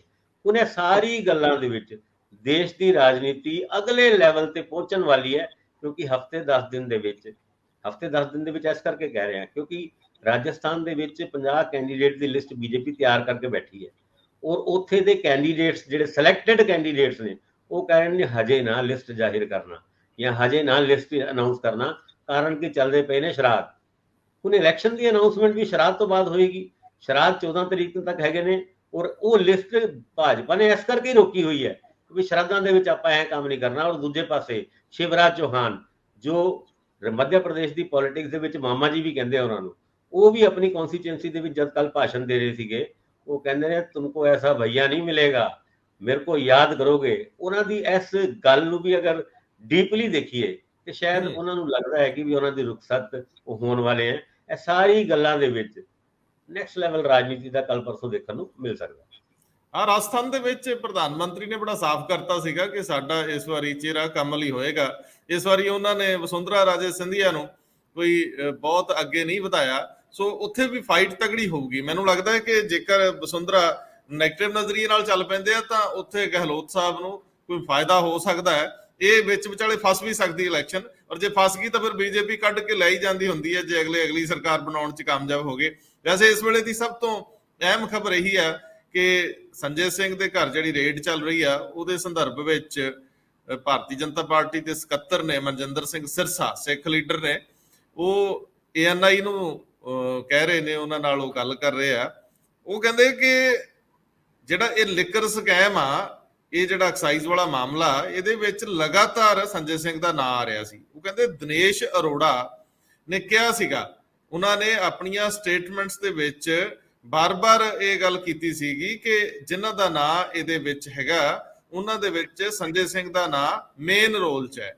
ਔਰ ਇਸੇ ਕਰਕੇ ਇਹੀ ਕਾਰਨ ਸੀ ਕਿ ਸੰਜੇ ਸਿੰਘ ਬਾਰ-ਬਾਰ ਦਾਅਵਾ ਕਰੀ ਜਾਂਦੇ ਸੀਗੇ ਕਿ ਮੇਰੇ ਘਰ ਤਾਂ ਈਡੀ ਨੇ ਰੇਡ ਪਾਉਣੀ ਹੈ ਜੀ, ਈਡੀ ਮੇਰੇ ਘਰ ਵੀ ਰੇਡ ਪਾਊਗੀ। ਸੋ ਇਹ ਜਿਹੜਾ ਕਰਪਸ਼ਨ ਦਾ ਮਾਮਲਾ, ਇਹ ਆਮ ਆਦਮੀ ਪਾਰਟੀ ਜਿਹੜੀ ਆ ਚਿਹਰਾ ਕੁਝ ਹੋਰ ਵਿਖਾਉਂਦੀ ਆ ਤੇ ਗੱਲ ਕੁਝ ਹੋਰ ਕਰ ਰਹੀ ਆ। ਇਹਦਾ ਮਤਲਬ ਹੈ ਕਿ ਜਿਹੜੀ ਭਾਸਕਰ ਸਾਹਿਬ ਗੱਲ ਕਰ ਰਹੇ ਆ ਦਿਨੇਸ਼ ਅਰੋੜਾ ਵਾਲੀ, ਉਹ ਕਾਫੀ ਅਹਿਮ ਆ। ਸੋ ਈਡੀ ਦੇ ਹੱਥ ਕੁਝ ਇਸ ਤਰ੍ਹਾਂ ਦੀਆਂ ਚੀਜ਼ਾਂ ਜ਼ਰੂਰ ਨੇ ਜਿਨ੍ਹਾਂ ਨੂੰ ਇਨਵੈਸਟੀਗੇਟ ਕਰਨ ਦੇ ਨਾਂ ਤੇ ਹੋਰ ਵੱਡੇ ਲੀਡਰਾਂ ਨੂੰ ਮੁਸ਼ਕਲ ਆ ਸਕਦੀ ਆ। ਬਹੁਤ ਮਿਹਰਬਾਨੀ, ਬਹੁਤ ਧੰਨਵਾਦ। ਧੰਨਵਾਦ ਜੀ।